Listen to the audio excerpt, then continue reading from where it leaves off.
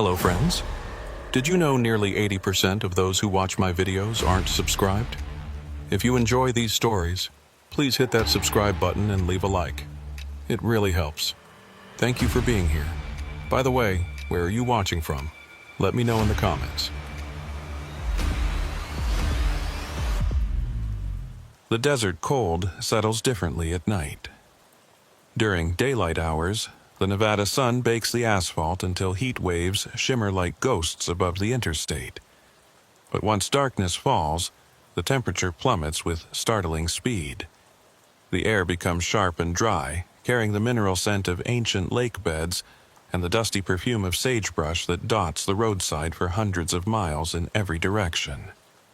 Asa Rutledge had been driving these routes long enough to know the rhythm of the desert.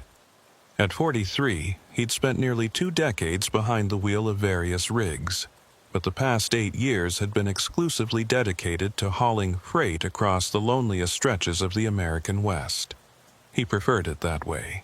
The solitude suited him, and the pay for hazmat certification and willingness to take overnight runs through remote country was substantial enough to keep his small ranch outside Elko afloat. Tonight, he was part of a 3-truck convoy heading east on Highway 6, a ribbon of road that cuts through central Nevada like a surgeon's incision. The route wasn't his usual run, but the dispatcher had been desperate. A pharmaceutical shipment needed to reach a distribution center in Ely by morning, and the regular driver had called in sick. The cargo wasn't hazardous, just temperature-sensitive medications that required refrigerated transport. Simple enough, except the company wanted the shipment escorted for insurance purposes. Myron Keach, the convoy lead, had been driving commercial vehicles since before Asa was born. At 61, he had the weathered face of someone who'd spent decades squinting into headlights and sunrise glare. His voice over the CB radio was gravelly and deliberate, the kind of measured tone that suggested he'd seen everything the road could throw at him, and had developed a healthy respect for its unpredictability. "Convoy check." Myron's voice crackled through the speaker at 11:47 p.m. "Front to back, sound off.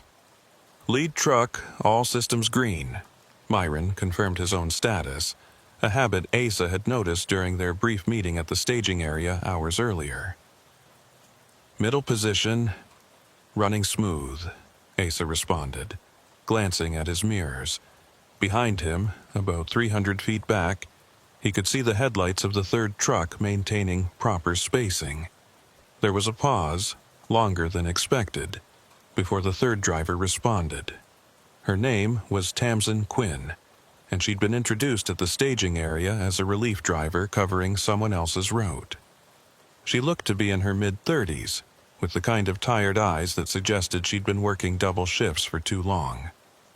Her rig was hauling construction equipment, unrelated to their pharmaceutical cargo but traveling the same route, and thus absorbed into their informal convoy for safety. "Tail position, all good here," Tamsin finally responded, her voice thin with fatigue. The highway stretched before them like a dark river, their headlights carving tunnels through the blackness. On either side, the desert landscape was reduced to occasional shadows, the silhouettes of distant mountains barely distinguishable against the starlit sky. Cell service had died about 30 miles back, which wasn't unusual for this region. Their CB radios were the only reliable communication, and even those would fade to static in some of the deeper valleys ahead. Asa checked his GPS. They were making good time, maintaining a steady 60 miles per hour along the relatively straight sections of highway. The next significant landmark was a defunct gas station at a crossroads called Duckwater, about 45 minutes ahead. After that, the road would begin its gradual climb into the highlands approaching Ely, where the terrain became more challenging and the curves more frequent. The monotony of night driving has a peculiar quality. The white lines clicking past create a hypnotic rhythm, and the darkness beyond the headlights becomes an abstract void that plays tricks on peripheral vision. Asa had learned to combat the dulling effect with regular checks of his mirrors, conscious adjustments of his posture, and periodic channel scans on the CB to catch fragments of other truckers' conversations that might be within range. At 12:23 a.m., Myron's voice cut through the static again. Getting some weather reports on the scanner. Possible storm system moving in from the west, but it shouldn't reach us before we're through to Ely. Keep an eye on conditions, though. Asa glanced at his side mirror, scanning the western horizon. He couldn't see any evidence of approaching weather, but in the desert, storms could materialize with startling speed. The barometric pressure gauge on his dashboard showed a slight drop. Nothing dramatic, but enough to note. "Copy that," Asa responded. "Looks clear from my position." Tamsin's response was delayed again, and when it came, there was an odd quality to her voice. "Yeah, clear back here too. Though, anyone else notice that?" "Notice what?" Myron asked, his tone shifting slightly toward alertness. Another pause. "Probably nothing. Thought I saw lights behind me for a second, but they're gone now. Might have been a reflection off something." Asa checked his own mirrors more carefully. The road behind Tamsin's truck was empty. Just darkness punctuated by the faint glow of her taillights. Highway 6 was notorious for long stretches without traffic, especially after midnight on a weeknight. It wasn't unusual to drive for an hour or more without encountering another vehicle. "Keep monitoring," Myron said. "These desert roads play tricks with light sometimes. Atmospheric conditions can bounce headlights around weird angles." The convoy continued in silence for another 20 minutes. Asa found himself checking his mirrors more frequently, though he wasn't sure why. Tamsin's mention of mysterious lights had planted a seed of unease. Or perhaps it was just the natural hypervigilance that comes with driving through complete darkness in the middle of nowhere. At 12:48 a.m., they passed the abandoned gas station at Duckwater. The structure was barely visible, just a darker shadow against the dark landscape. Its sign long since fallen or stolen. Asa had passed it dozens of times over the years, and each time he was struck by how quickly human infrastructure deteriorated when abandoned in the desert. Without constant maintenance, the environment reclaimed everything with ruthless efficiency. "Coming up on the Moorman Ranch turnoff in about 15 miles, Myron announced. "Road gets a bit twistier after that, so tighten up your following distances a touch." Asa acknowledged and noticed Tamsin's headlights creeping slightly closer in his mirror as she adjusted her spacing. The landscape was beginning to change subtly, the flat expanse giving way to gentle rises and falls as they approached the foothills. The straight highway began introducing mild curves, nothing dramatic but enough to require more attention. At 1:11 a.m., Myron's voice came through again, but this time there was an edge to it. "Dispatch is trying to reach me on the satellite phone, but I'm getting interference. Anyone else getting weird static on their radios?" Asa had noticed it, a pulsing undercurrent beneath the normal white noise. "Yeah, getting some odd feedback here. Could be atmospheric, or maybe we're picking up some military frequency. There's testing ranges out this way." "Probably that," Myron agreed, though he didn't sound entirely convinced. What none of them mentioned, what perhaps each of them had independently noticed but hadn't yet articulated, was a subtle but growing sense that something about the night felt off. It wasn't anything specific, no obvious danger or mechanical problem, just an intuitive wrongness that experienced drivers sometimes pick up on, the way animals sense earthquakes before they strike. Tamsin broke the silence at 1:19 a.m. "I'm definitely seeing lights behind me now. They're maintaining distance, maybe half a mile back." Asa checked his mirrors again. From his position, he couldn't see past Tamsin's truck to verify what she was reporting. "Could be another trucker running late, decided to catch up with our convoy for company." "Maybe," Tamsin said, unconvinced. "But they're not getting any closer. Just staying back there, matching our speed exactly. Keep monitoring." Myron instructed. If they want to join up, they'll eventually close the distance and make contact on the CB. Nothing to worry about yet. But there was something to worry about, though none of them could have known it at the time. What they were experiencing, what they were about to drive into, was a phenomenon that would puzzle investigators for months afterward.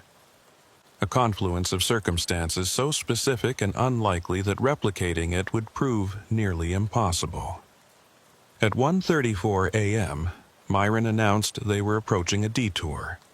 A road construction sign, solar-powered and official-looking, indicated that Highway 6 was closed ahead for emergency repairs.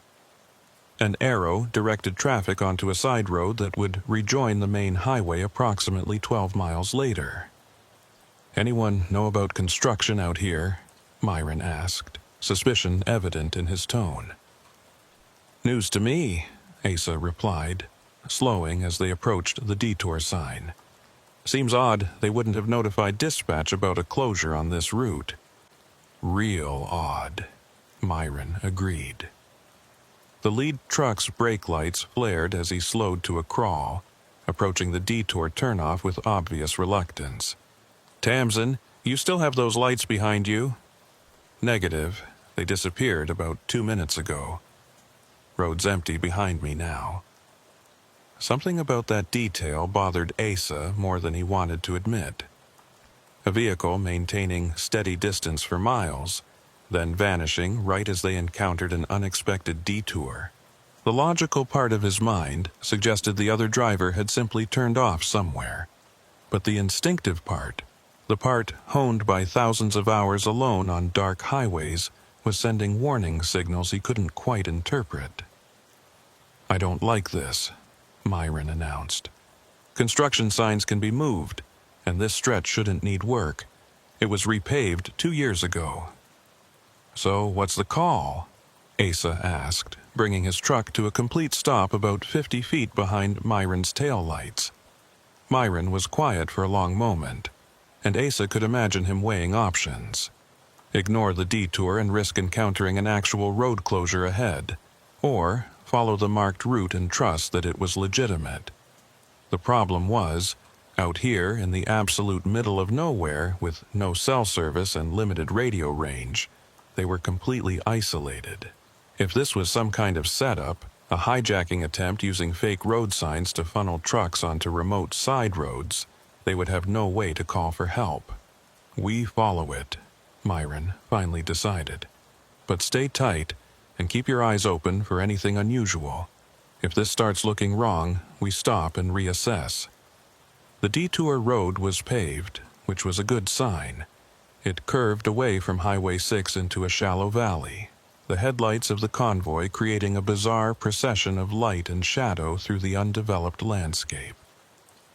The road surface was rougher than the main highway, with occasional potholes and degraded edges, but it was clearly a legitimate county road, not some hastily prepared trap. For the first 3 miles, nothing seemed amiss. The road wound through typical desert terrain, climbing gradually as it presumably arced around whatever obstruction was blocking the main highway. Then, at approximately 1:51 a.m., they drove into the fog. It appeared with shocking suddenness, a wall of dense white vapor that engulfed the lead truck so completely that Myron's taillights became diffuse red halos barely visible from Asa's position. Desert fog wasn't unheard of, particularly in valleys where temperature inversions could trap moisture, but the density and abruptness of this bank was unusual. "Visibility just went to hell," Myron reported, his voice tense. "Slowing to 30. Stay back and watch your spacing." Asa reduced speed as his own truck entered the fog bank. The world outside his windshield transformed into a featureless white void, his headlights reflecting back at him with useless intensity. He switched to fog lights, which helped marginally, but navigation became a matter of following the faint glow of Myron's taillights and praying the road didn't throw any sharp curves. "This is bad," Tamsin's voice came through, higher pitched with barely suppressed panic. "I can barely see the truck in front of me." Just maintain steady speed and don't overcorrect, Myron instructed, his own unease bleeding through despite his attempt at calm authority. This valley probably traps moisture. We'll climb out of it soon. But they didn't climb out of it. For the next 6 minutes, they crawled through the oppressive fog, their convoy reduced to a slow-motion procession of vehicles, trusting that the road ahead wouldn't suddenly end or turn sharply.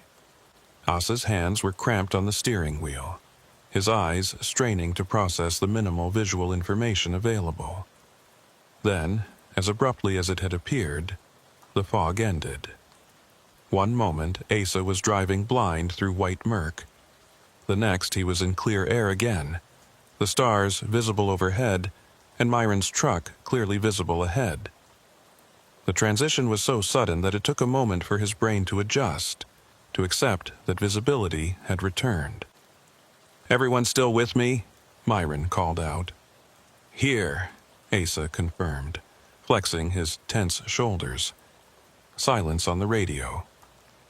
"Tamsin, report status," Myron commanded, an edge of concern sharpening his voice. More silence. Asa checked his mirrors, expecting to see Tamsin's headlights emerging from the fog bank behind him.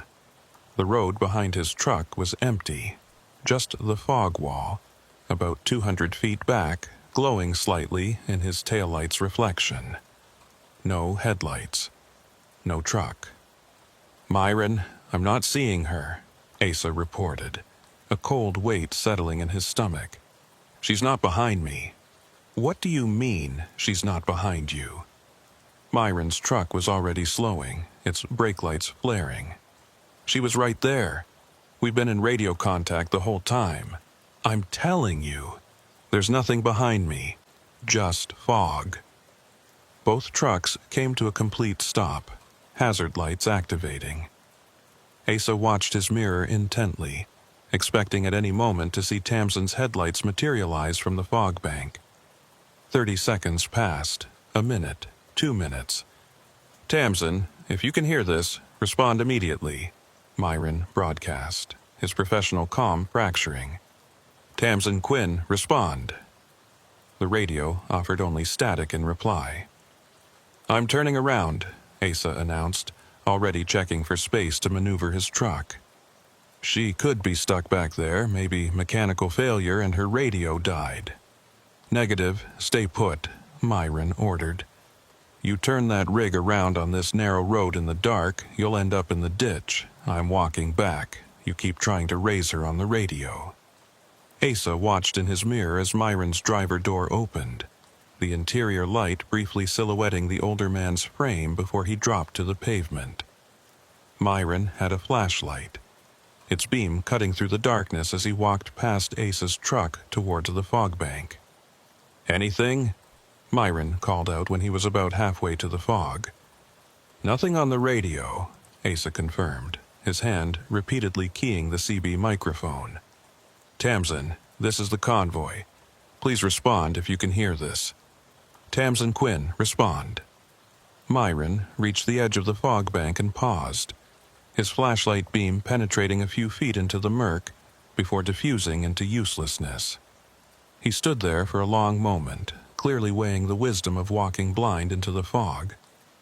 "I'm going in about 50 feet, Myron finally announced. "If she's just on the other side with dead electronics, I'll find her. You keep that radio hot."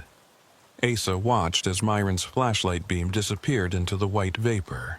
He could track the older man's progress for perhaps 30 feet before the fog completely swallowed the light.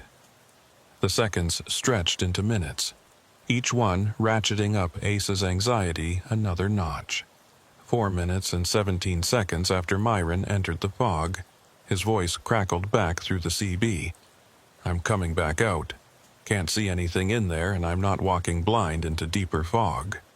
Myron emerged from the white wall looking spooked, his weathered face pale in the reflected light. He walked quickly back to Asa's truck, and Asa rolled down his window. "This doesn't make sense," Myron said, slightly out of breath. "She was right there. We all went through that fog bank together. There's no side roads. No way she could have turned off.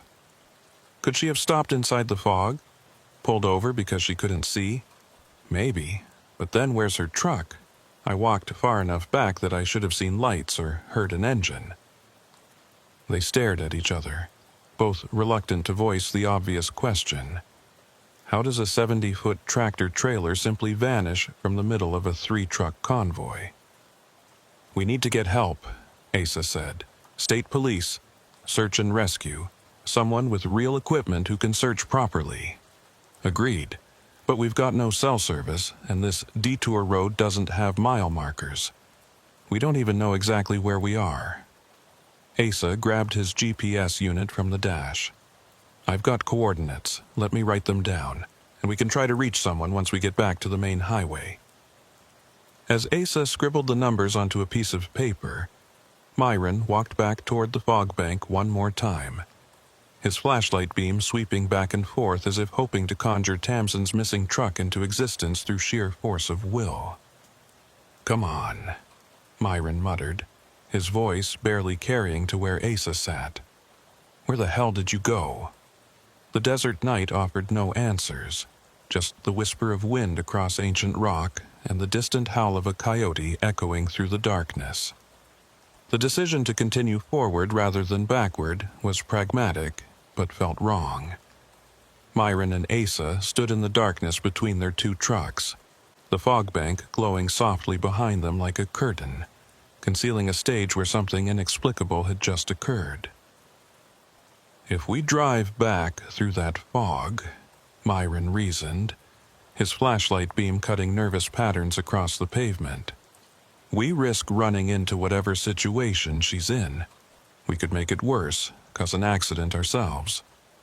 Better to get to the main highway, get a signal, get proper help out here." Asa wanted to argue, wanted to insist they turn around and search methodically no matter how long it took. But the logic was sound. 2 truckers stumbling around in impenetrable fog in the middle of the night weren't going to accomplish anything except potentially creating more victims. Professional search and rescue, with proper equipment and training, was the right call. "How far to the main highway?" Asa asked, though he suspected neither of them really knew. "Detour sign said 12 miles. We've gone maybe 7, so another 5 to rejoin Highway 6, then maybe 15 more to the next town with cell service." Myron paused, his jaw working as he calculated. 40 minutes if we push the speed limit. They climbed back into their respective trucks and began moving again, but the dynamic of the convoy had fundamentally changed. What had been a routine freight haul with casual camaraderie had transformed into something darker. The desert landscape, which moments before had seemed merely empty, now felt actively hostile, as if the darkness concealed watching eyes and malevolent intent. Asa kept his CB radio active, periodically calling out for Tamsin even though he knew it was futile. The static in response felt like mockery. His eyes flicked constantly between the road ahead and his mirrors, half expecting to see Tamsin's headlights suddenly reappear, the whole incident revealed as some bizarre but explainable confusion. The detour road continued its winding path through the valley, and after approximately 4 miles, they saw the first sign indicating Highway 6 was 2 miles ahead. Both drivers felt a surge of relief. Get back to the main highway, find a town, get help. Simple steps they could focus on instead of dwelling on the impossible thing that had just happened. At 2:17 a.m., they rejoined Highway 6. The transition was marked by newer pavement and the familiar sight of highway mile markers reflecting in their headlights. Myron immediately picked up speed, pushing his truck toward 70 miles per hour, eager to reach help. "First town should be Preston's Junction," Myron announced over the CB. "Gas station, truck stop, definitely cell service, 22 miles. But even as he said it, something felt off about the highway. Asa couldn't immediately identify what was bothering him, just a nagging sense that something wasn't quite right. The road looked the same, felt the same, but, "Myron, check your mile markers." Asa said slowly, his eyes fixed on a green reflective post that had just passed on the right side of the road. What about them? Just look at the next one and tell me the number. A minute passed before Myron responded, and when he did, his voice carried a note of confusion. Mile marker 183. Why? Because before the detour, right before that construction sign, we were at mile marker 167. The detour was supposed to be 12 miles to rejoin the highway. There was a long silence as both drivers processed the arithmetic. If they'd gone 7 miles on the detour road, then rejoined Highway 6 and driven another couple miles, they should be at approximately mile marker 176, maybe 178 at most.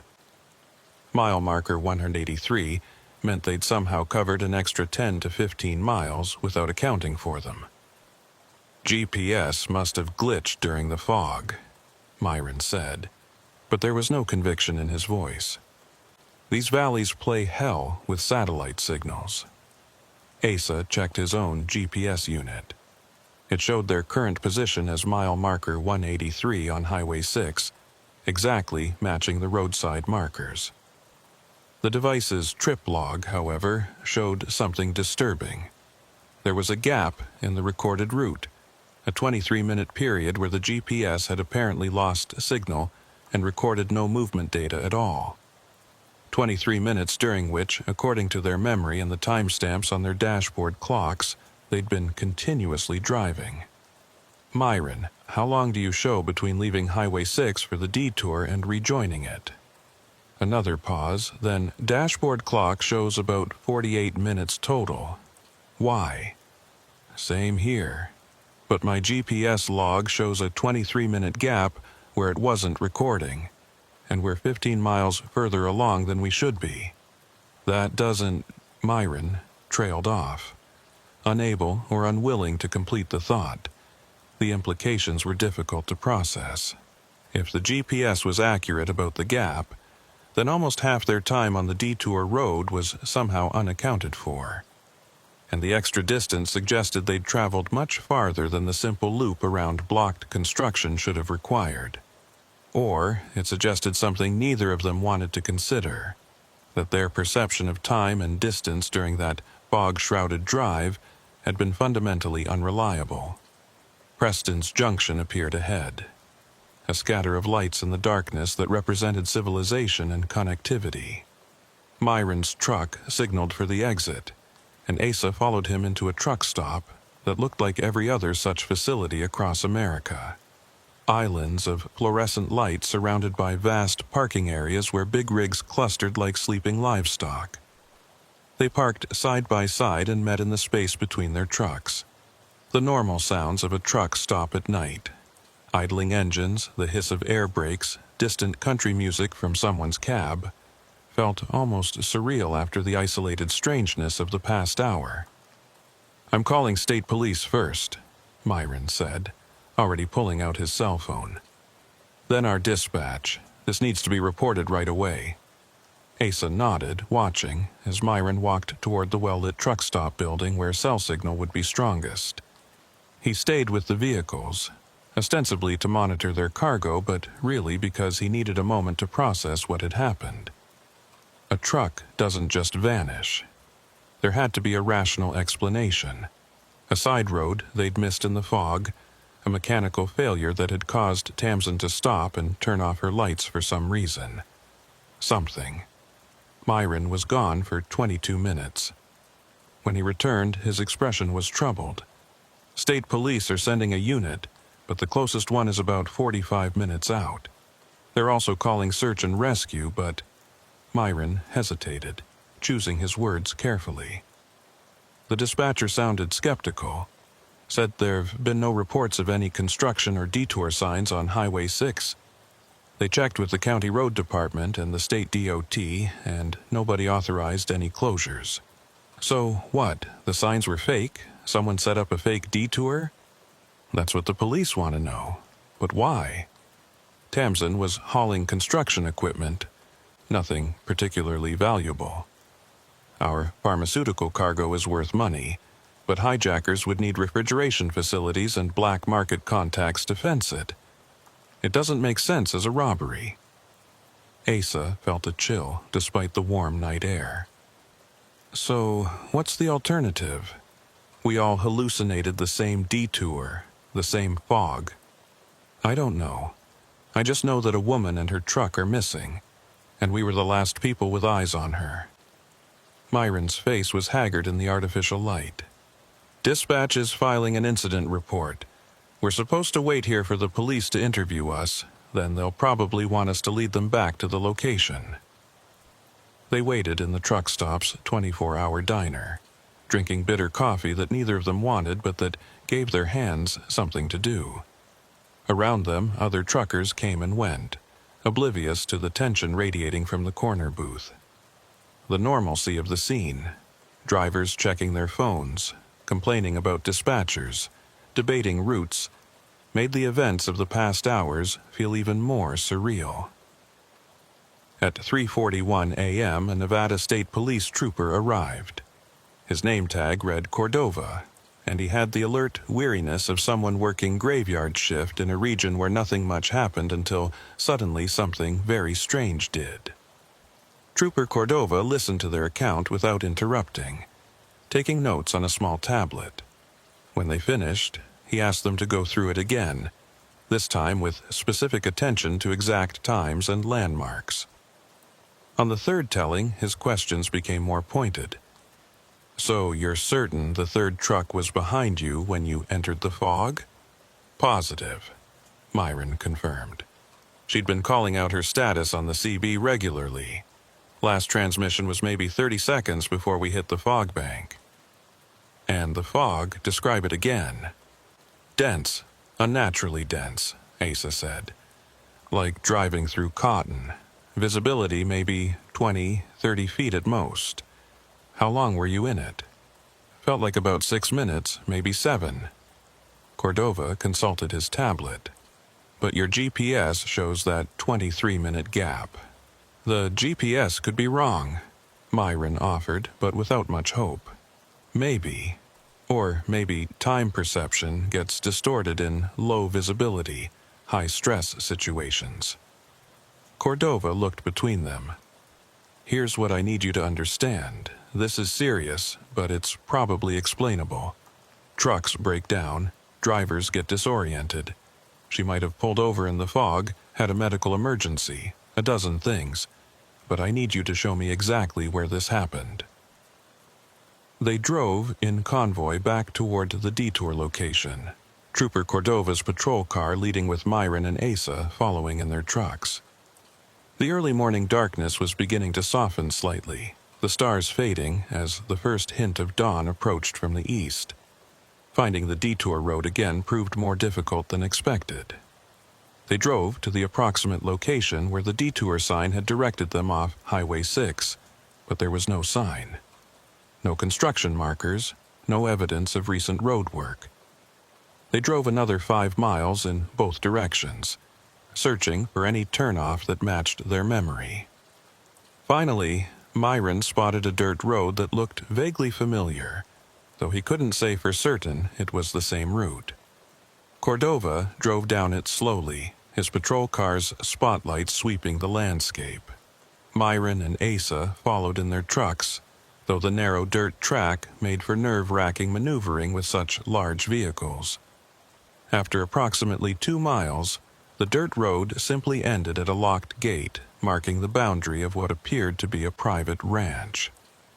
Beyond the gate, tire tracks continued for perhaps another 100 feet before disappearing into virgin desert scrub.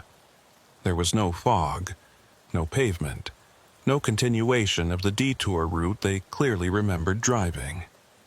"This isn't it," Asa said with certainty, standing beside Cordova's car. "The detour was paved. This is just a ranch access road." Cordova played his flashlight beam across the gate and the area beyond. "There's no other turnoff between here and where you rejoin the highway. I drove this route twice looking." "Then we need to search a wider area," Myron insisted. "It has to be here somewhere." But as dawn continued to lighten the sky, revealing the stark desert landscape in increasing detail, the search became more frustrating. They drove the entire section of Highway 6 3 more times, checking every possible turnoff. None matched their memory. The paved detour road, the construction signs, the place where they'd driven into impenetrable fog, none of it could be found in the brightening morning light. At 6:15 a.m., Cordova called for additional units and a search helicopter. The official search for Tamsin Quinn and her missing truck expanded to cover a 50-square-mile area around the approximate location where Myron and Asa insisted they'd last seen her. The helicopter arrived at 7:42 a.m., and from the ground, Asa watched it make systematic sweeps across the desert basin. The pilot's voice occasionally crackled through Cordova's radio, reporting nothing, negative contact, still searching. "We're missing something obvious," Asa said to Myron as they stood beside their trucks on the shoulder of Highway 6. "You can't hide a semi-trailer in open desert. Even if she drove off-road somehow, there'd be tracks, disturbed vegetation, something." Myron didn't respond, his eyes fixed on the distant helicopter. His silence spoke volumes about what he was thinking, but didn't want to say. That maybe the truck wasn't in the desert at all. That maybe whatever had happened during those confused minutes in the fog had taken Tamsin and her vehicle somewhere they couldn't search because they couldn't conceptualize where it might be. The investigation into Tamsin Quinn's disappearance consumed the next 72 hours. Nevada State Police brought in additional resources, including a specialized unit that handled missing persons cases in rural areas.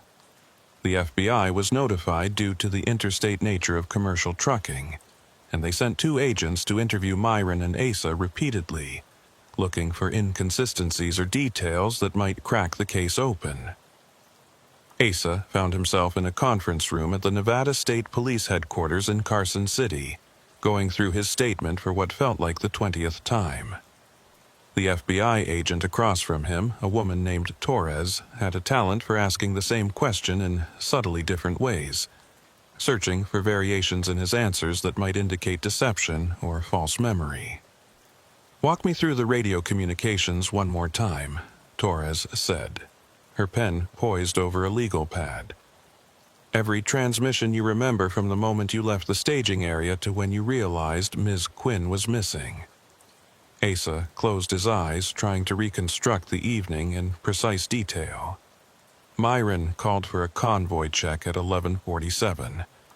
All 3 of us responded, standard check-in. Then around 12:23 he mentioned a possible storm system but said it wouldn't reach us. After that, he paused, remembering something he'd forgotten to mention before. Tamsin said something odd, asked if anyone else had noticed something, but when Myron asked what, she said she thought she'd seen lights behind her. Lights from another vehicle. That's what she implied, but when she looked again, they were gone. She said it might have been a reflection. Torres made a note. And this was before the detour? Yeah, maybe 40 minutes before. The next significant communication was when we approached the detour sign, which no one else has been able to find. Asa opened his eyes, meeting Torres's steady gaze. "I know how it sounds. Believe me, I know. But we saw those signs. All 3 of us followed that detour. I drove on a paved road for miles, and then drove into fog so dense you couldn't see. Yes, Mr. Rutledge, I'm going to be direct with you. Every detail you and Mr. Keach have described has checked out. Your cargo manifests, your departure times, your GPS logs up until that 23-minute gap. You're experienced drivers with clean records, but the physical evidence to support your account of what happened simply doesn't exist. No detour signs, no paved detour road, no fog bank. The Weather Service has no record of fog in that area that night. Atmospheric conditions weren't conducive to fog formation. So you think we're lying? That we did something to Tamsin and concocted this story? I think something happened that you're interpreting in a certain way, and that interpretation might not align with the actual events. Torres leaned forward slightly. Human memory is unreliable, especially under stress. Darkness, fatigue, isolated roads, these create conditions where the brain fills in gaps, sometimes incorrectly. Is it possible you misremembered the sequence of events? That maybe Miss Quinn separated from the convoy earlier, and the detour was something else entirely? No, Asa said firmly.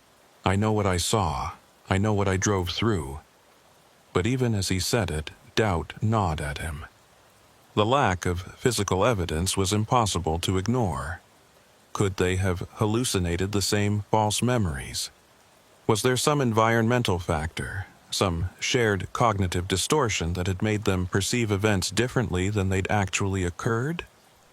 The investigation took an unexpected turn on the fourth day when a highway maintenance worker came forward with information. The worker, whose route included the section of Highway 6 in question, reported finding something odd at approximately mile marker 167. Fresh marks on the pavement that looked like something heavy had recently been removed, along with several small pieces of torn reflective material consistent with road construction signs.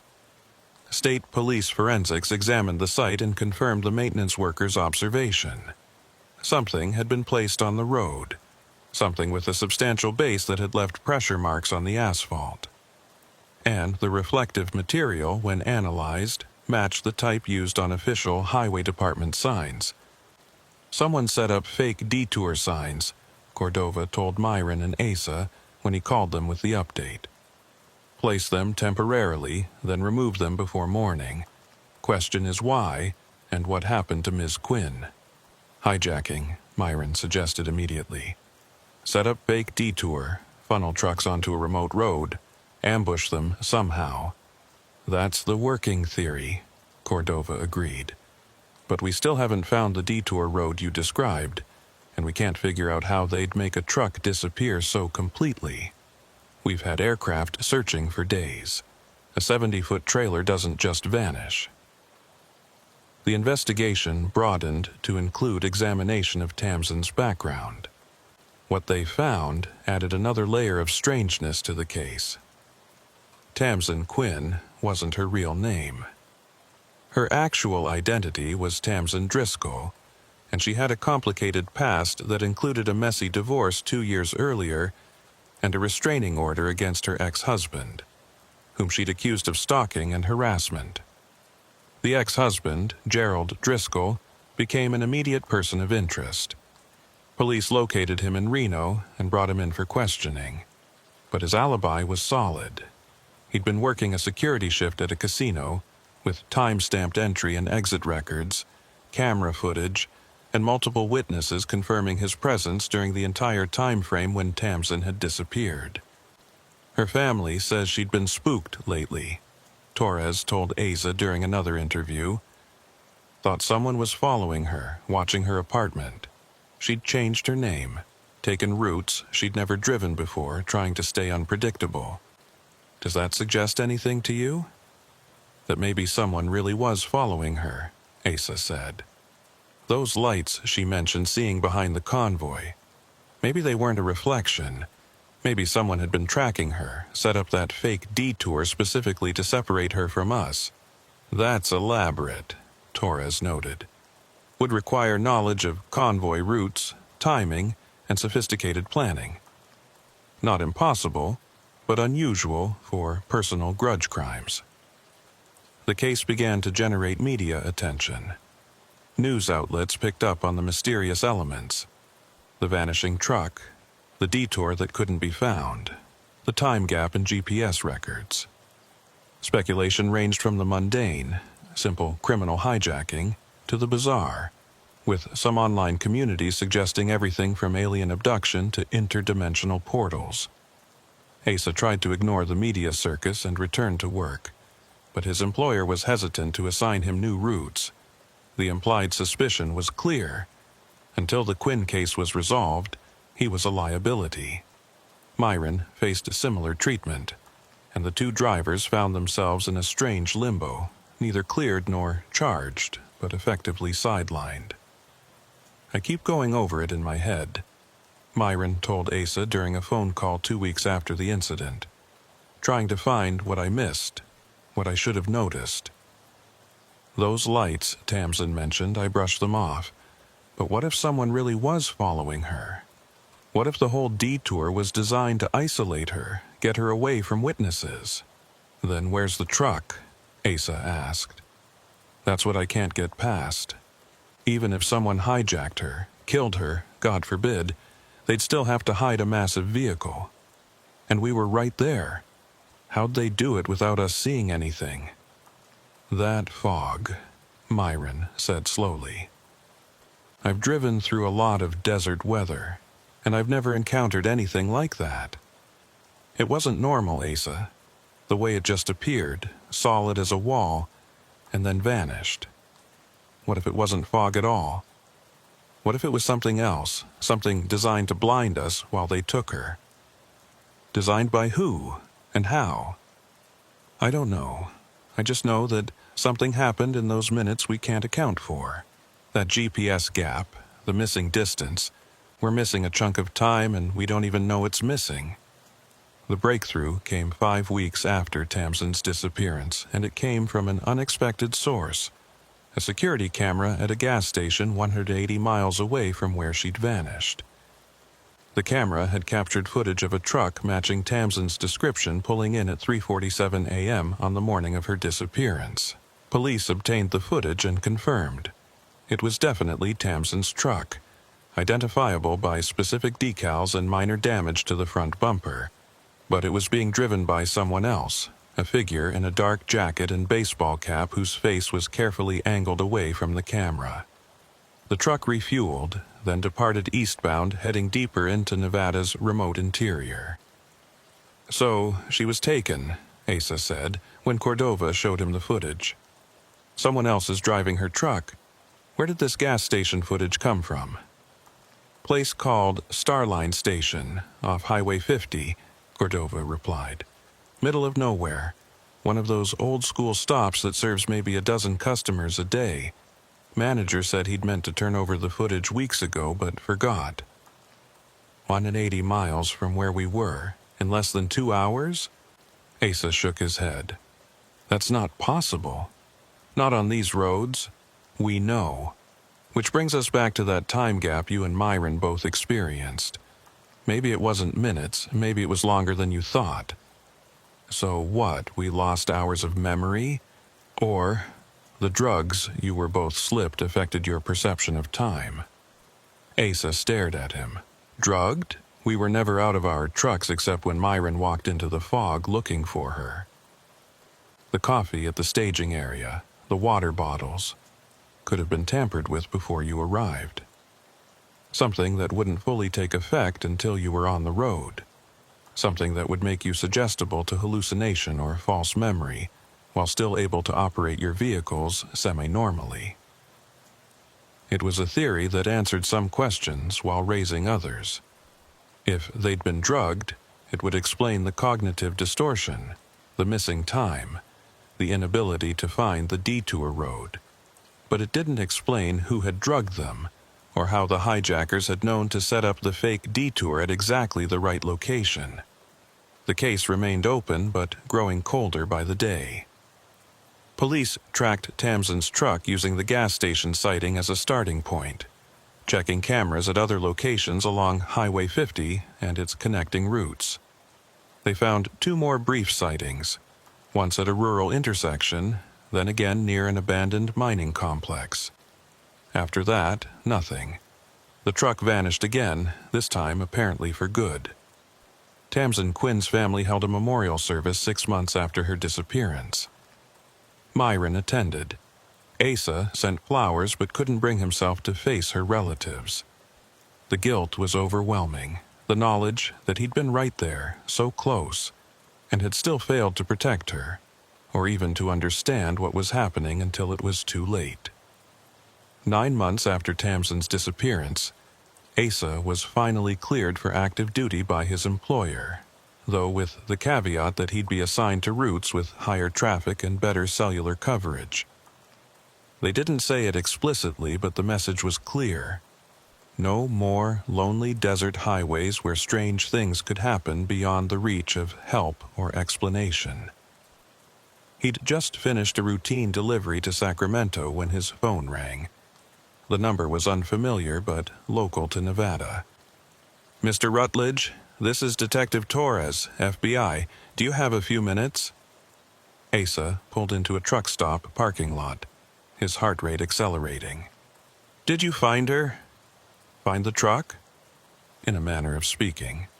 We found the truck, or what's left of it. A rancher in eastern Nevada reported an abandoned trailer on his property. It's been sitting there for months, maybe longer. We've confirmed it's Tamsin Quinn's trailer based on the van. And Tamsin..." A pause. No sign of her. The trailer had been stripped of cargo, identification removed, but we matched it through database records. Here's the interesting part. The location where it was found? It's approximately 40 miles north of Highway 6, accessible only by rough dirt roads. Middle of nowhere, no reason for anyone to go there unless they wanted to hide something. "That doesn't make sense," Asa said. "How would they have gotten it there? A truck that size on dirt roads, it would have been noticed, would have left obvious tracks. There are tracks, but they're old, degraded by weather. Our analysis suggests the trailer's been there at least 6 months, possibly longer, which creates a timeline problem, because the gas station footage showed her truck being driven 2 days after her disappearance. So, someone separated the cab from the trailer, Asa reasoned. Drove the cab with whoever took her, dumped the trailer. That's the logical conclusion. But here's what's bothering me. The trailer still has its refrigeration unit attached. Those units are valuable, could have been sold easily. Why leave it? Why leave the trailer at all instead of selling the whole thing? Because they weren't after the cargo or the vehicle, Asa said slowly, working it through. They were after Tamsin. The hijacking was personal, not financial. That's our thinking. We've reopened the investigation into her ex-husband despite his alibi. If he hired someone, planned this carefully, he could have been establishing that alibi while others carried out the actual crime. Have you searched the area around where the trailer was found? If they dumped the trailer there, maybe they dumped her body nearby. Yes, we've searched. Cadaver dogs, ground-penetrating radar, the works. Nothing so far, but it's a lot of territory to cover. After the call ended, Asa sat in his truck, staring at nothing. The knowledge that Tamsin's trailer had been found should have felt like progress, but instead it just made the whole situation feel darker. Someone had carefully planned her abduction, had gone to elaborate lengths including setting up fake detours and apparently drugging 2 witnesses, all for the purpose of making one woman vanish. And they'd succeeded. Despite the investigation, the searches, the media attention, Tamsin Quinn remained missing. Whether she was alive or dead, whether she'd been trafficked or murdered, no one knew. She'd simply ceased to exist on that foggy desert night, leaving behind only questions and guilt. Asa tried to return to his normal routine, but the experience had changed him in ways he couldn't quite articulate. He found himself hypervigilant on the road, checking mirrors obsessively, questioning every unusual circumstance. He refused night routes when possible. He never drove alone through remote areas without maintaining constant radio contact with dispatch. Myron had been affected even more severely. He'd retired from trucking entirely, selling his rig and taking a dispatcher job that kept him in an office. When Asa called to check on him periodically, Myron always sounded hollowed out, haunted by the conviction that he'd failed in some fundamental way to protect someone under his convoy leadership. "I should have turned around immediately," Myron told Asa during one of these calls. "The second she didn't answer the radio, I should have gone back, protocol be damned. Instead, I walked into that fog and came back empty-handed like an idiot. You did what anyone would have done, Asa assured him, though he felt the same guilt. There was no way to know what was happening. That's just it. I think part of me did know.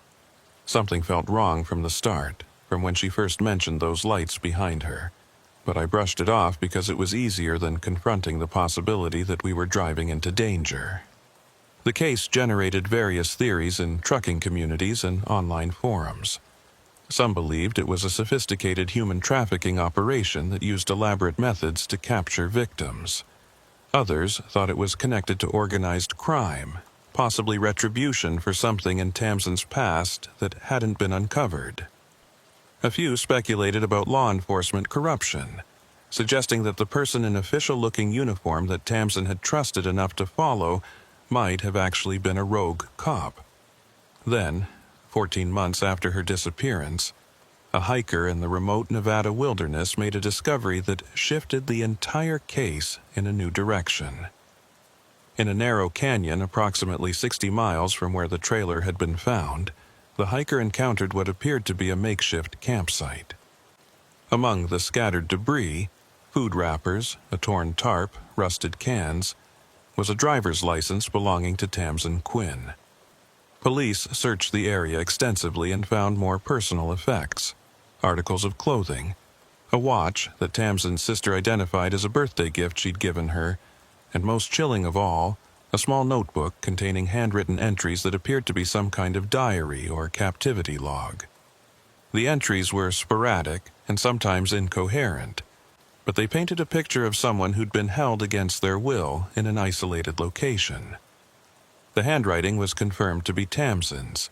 The dates were impossible to verify since the entries were labeled with day numbers rather than actual calendar dates.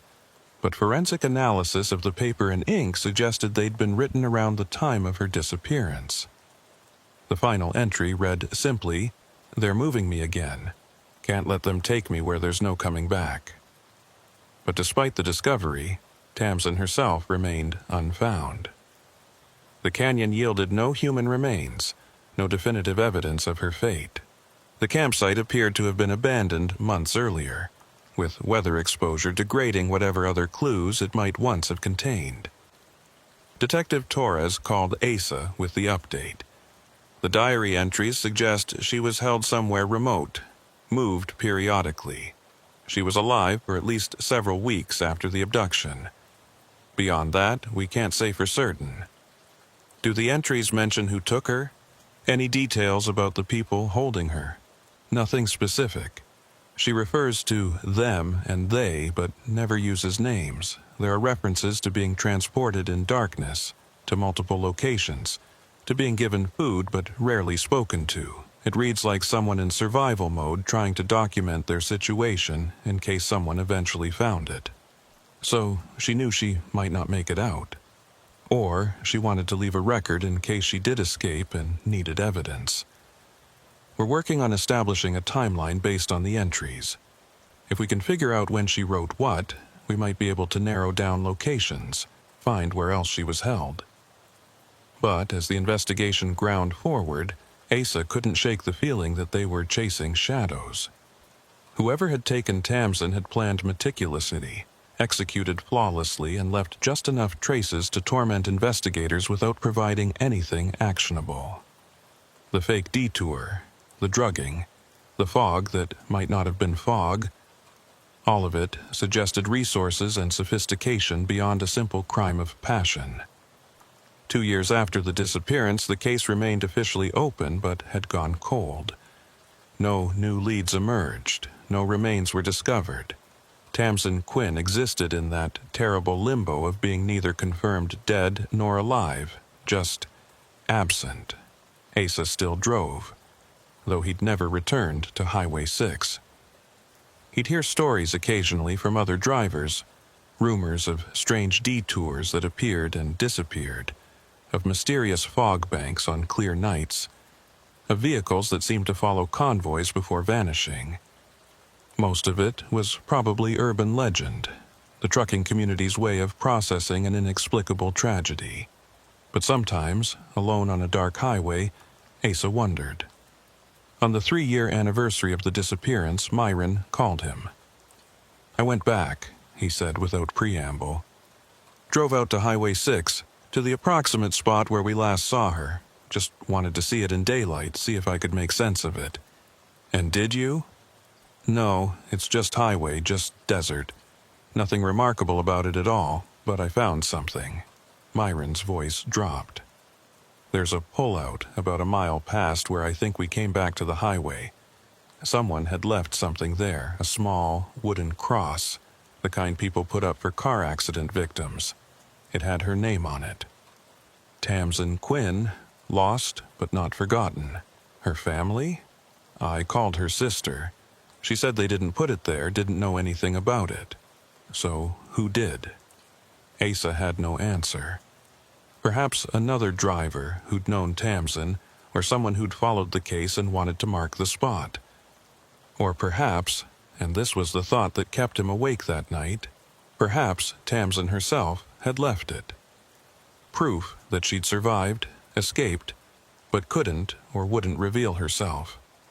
The case of the vanishing convoy truck had no satisfying resolution, no moment of clarity where all the pieces fell into place.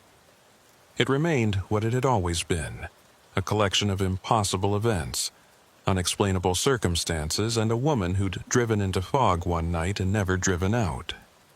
Asa eventually sold his truck and retired early, taking a job training new drivers. When he taught them about safety protocols and convoy procedures, he always included the story of Tamsin Quinn, though he left out the strangest details. He focused on the actionable lessons. Maintain constant communication. Verify road closures through official channels. Trust your instincts when something feels wrong. But sometimes, when a student asked what had ultimately happened to the missing driver, Asa would pause before answering. "We don't know," he'd say finally. And that's perhaps the most important lesson of all, that out there on those lonely highways, there are things that happen which defy explanation. Situations where doing everything right still isn't enough. All you can do is stay alert, stay connected, and hope that whatever happened to her never happens to you. At night, when sleep evaded him, Asa would sometimes pull up the old GPS log from that night, staring at the 23-minute gap where his device had recorded nothing. 23 minutes during which they'd driven through fog, followed a detour that couldn't be found, and lost a member of their convoy to forces they still didn't understand. 23 minutes that had stretched somehow to cover 48 minutes of dashboard clock time and 15 miles of extra highway distance. 23 minutes in which the ordinary physics of time and space seemed to have bent, allowing something impossible to occur. And somewhere in that gap, in that fold in reality, Tamsin Quinn had vanished, leaving behind only questions and the fading hope that someday, somehow, an answer would emerge from the darkness that had swallowed her whole. The Missouri River cuts through Montana like a surgeon's scar, ancient and purposeful. The bridges that span it are engineering marvels born of necessity, connecting isolated communities across water that runs too deep and fast for casual crossing. The Garrison Bridge, specifically, had served truckers and travelers for 43 years, its steel trusses and concrete pylons enduring spring floods and winter ice with stoic reliability.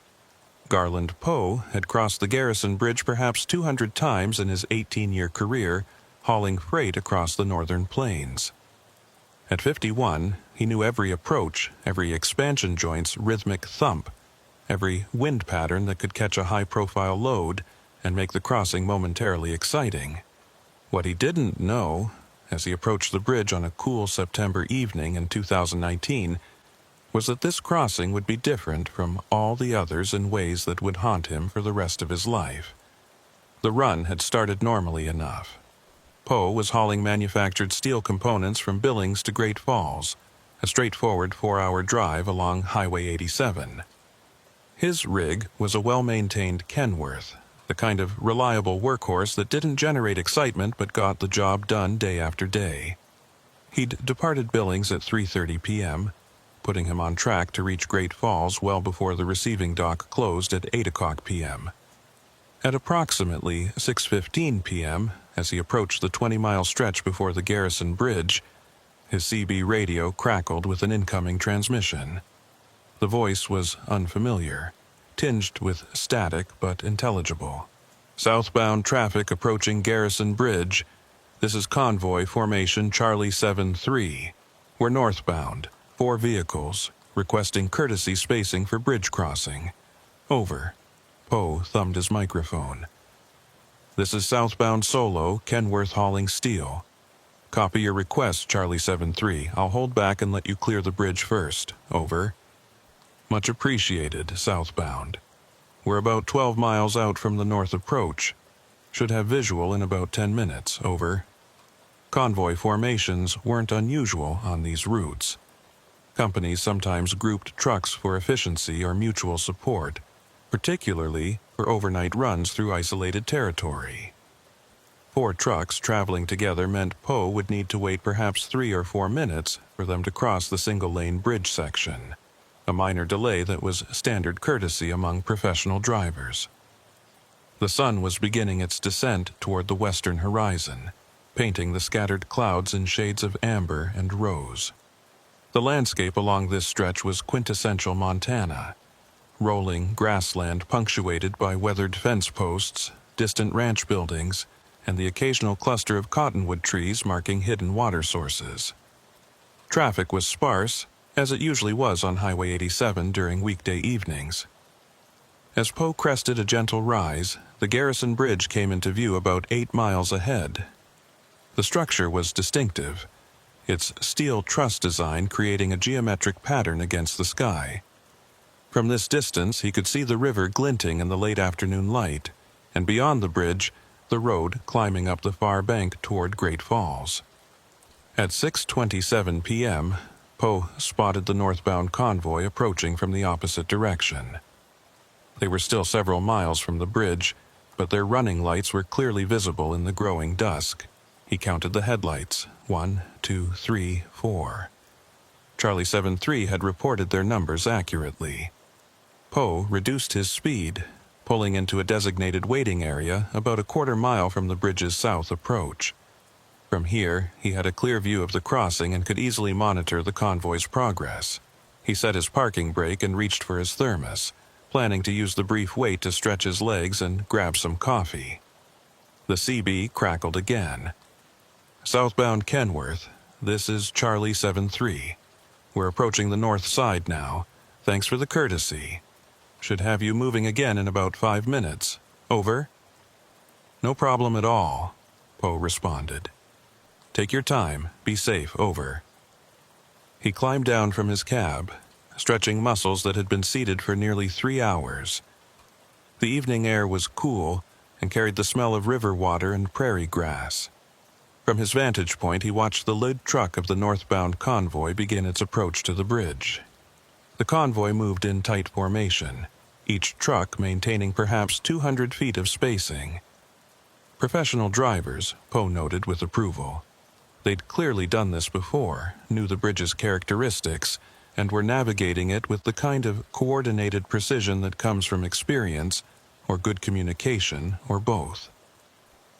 The first truck entered the bridge proper, its lights creating moving shadows among the steel trusses.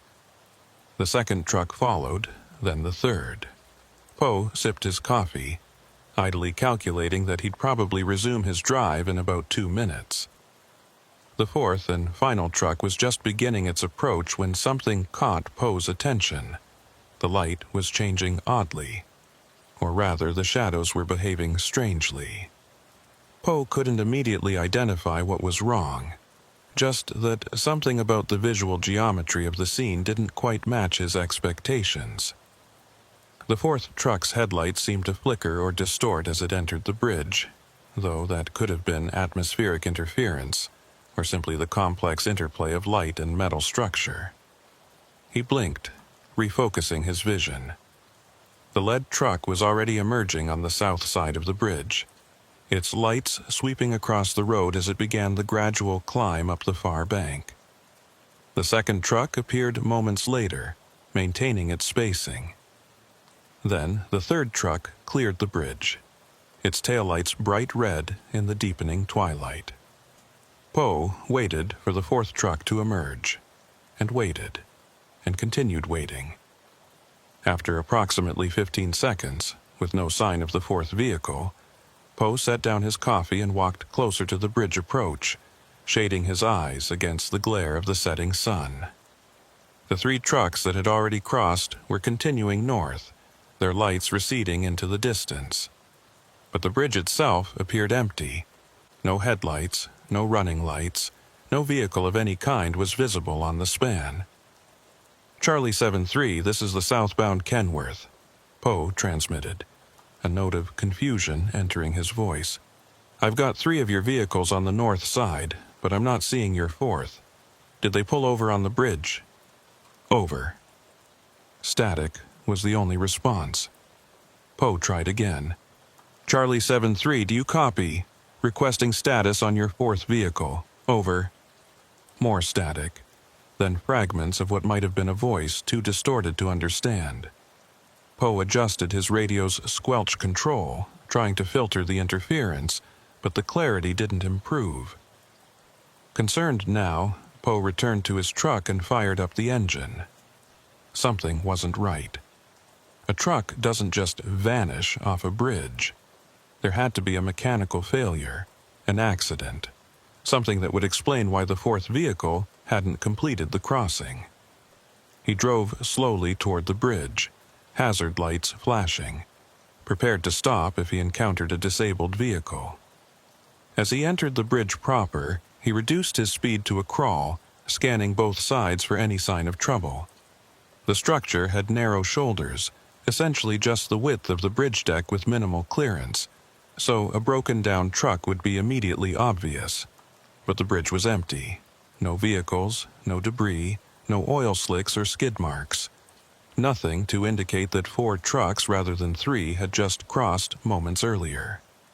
Poe drove the entire length slowly, checking every visible inch of the structure. When he emerged on the north side, he pulled over and grabbed his CB microphone again. "This is the southbound Kenworth to any northbound traffic that just crossed Garrison Bridge. I'm trying to locate a fourth vehicle that was part of your convoy. Does anyone copy? Over." The response came almost immediately, but not from who Poe expected. A different voice, younger and confused. "Southbound Kenworth. This is the convoy lead. Not sure what you mean by fourth vehicle. We're a 3-truck convoy, always have been. Over." Poe felt a chill despite the warm cab. "Negative, convoy lead. I counted 4 sets of headlights approaching the bridge. 4 trucks entered. Only 3 emerged. Over." There was a long pause before the response came. The convoy lead's voice now edged with concern. "Southbound. We're showing 3 vehicles on our manifest. Lead truck, middle truck, tail truck. Nobody's missing from our formation. Are you seeing a 4th truck right now? Over." "Negative.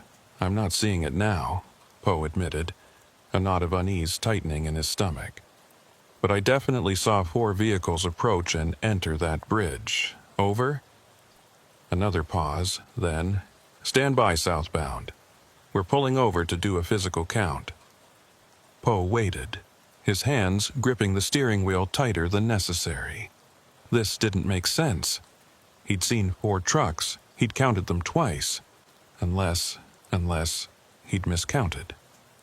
In the fading light, with shadows and glare, was it possible he'd seen a reflection or a ghost image that made 3 trucks look like 4?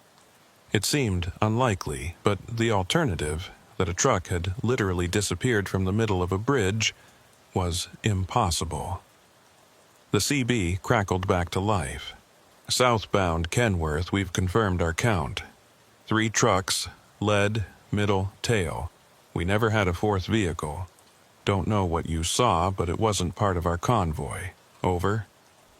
"Copy that," Poe said slowly. Thanks for checking. Sorry for the confusion. Over?" He sat in his truck on the side of the road, trying to process what had just happened.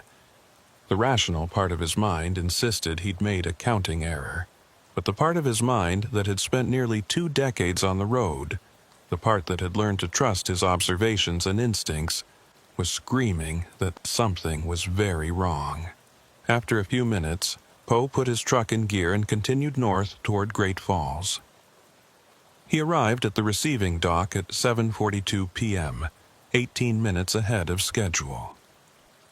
The dock workers unloaded his cargo with their usual efficiency, joking about the Billings Broncos' latest loss and asking if he'd heard about the construction delays that were supposedly coming to Highway 87 next month. Poe participated in the small talk automatically, but his mind was elsewhere. Back at the Garrison Bridge, replaying those moments when he'd watched the convoy cross. He'd seen 4 trucks. He was certain of it. But if 3 had emerged, and 3 was the total convoy count, then what had he seen entering the bridge as the 4th vehicle? After finishing his delivery paperwork, Poe found a truck stop on the outskirts of Great Falls.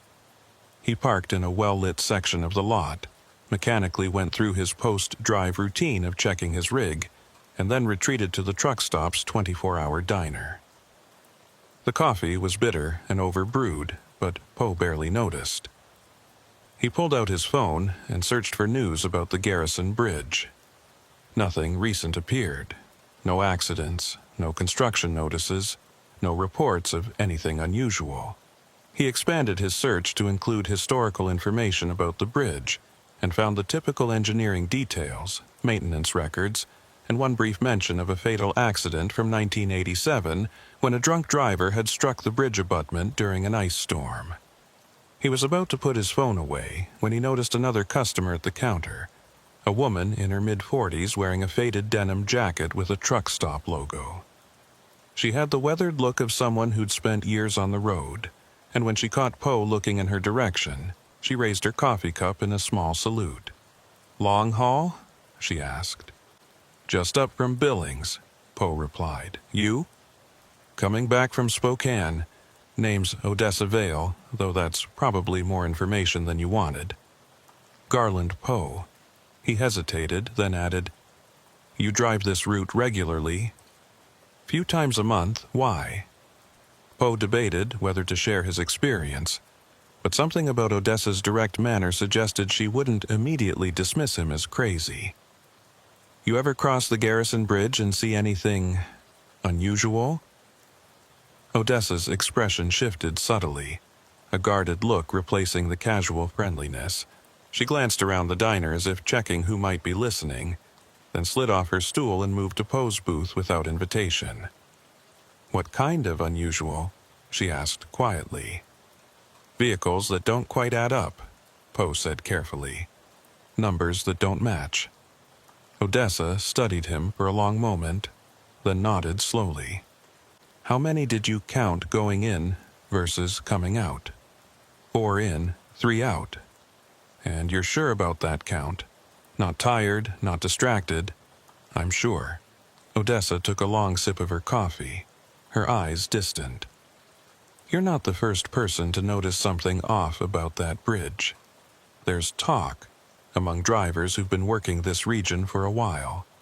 Most people dismiss it as fatigue or light tricks, but there's enough consistent reports that some of us pay attention." "Reports of what exactly?" "Discrepancies. Vehicles that seem to be there and then aren't.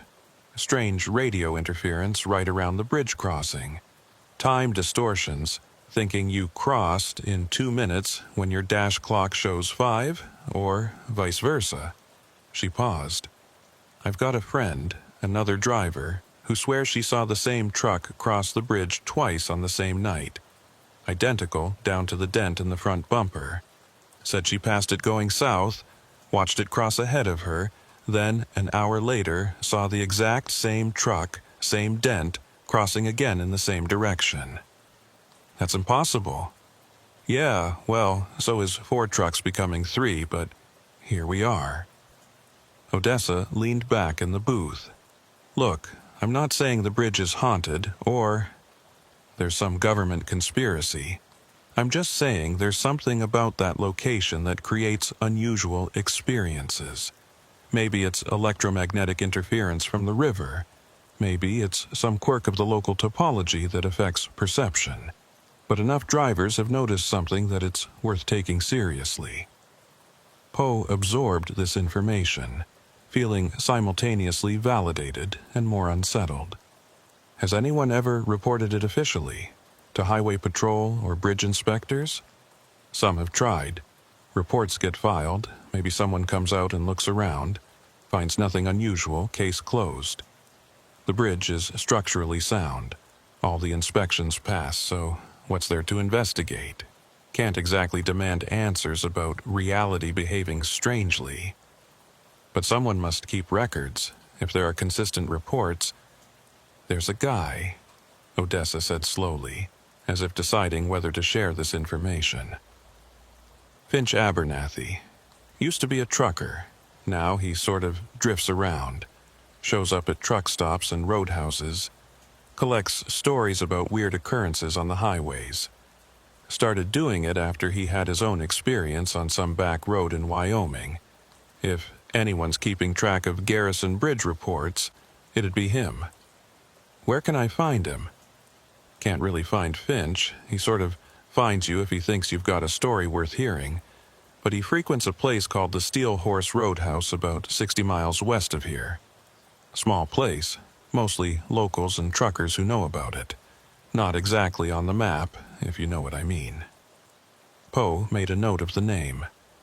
Thanks for talking. I was starting to think I'd imagined the whole thing. You didn't imagine it, Odessa said firmly. Whatever you saw, whatever happened at that bridge, it was real to you. That's what matters. The question isn't whether it happened. It's what it means, and why it keeps happening to different people. The Steel Horse Roadhouse sat at the junction of two county roads that most GPS systems didn't acknowledge existed. It was the kind of establishment that survived on word of mouth and returning customers who knew that the coffee was always fresh. The cook never asked questions, and the owner, Odessa Vale's cousin apparently, maintained a strict policy of minding one's own business. Poe found the place 3 days after his Garrison Bridge experience, following Odessa's directions and the vague markers she'd described: an abandoned grain elevator, a faded billboard advertising a long-defunct tourist attraction, and finally a gravel road that led to a low-slung building with a neon sign proclaiming Steel Horse in letters that had seen better decades.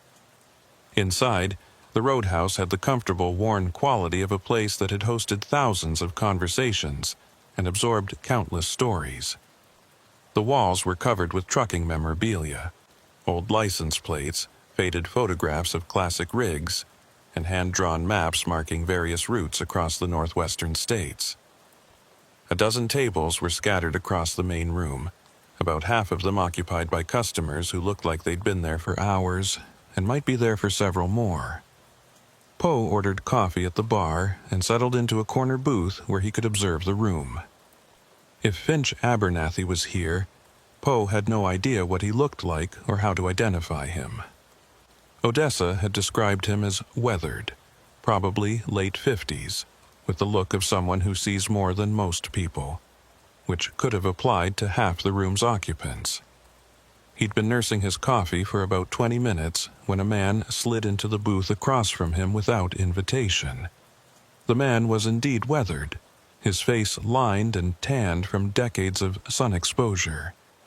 His eyes were an unusual pale gray, and they studied Poe with the kind of intensity that suggested he was cataloging details for future reference. "You're the Garrison Bridge driver," the man said. It wasn't a question. "How did you—" Odessa called ahead, said you had an experience worth documenting. "I'm Finch Abernathy." He extended a hand, which Poe shook. "Tell me what you saw and don't leave anything out.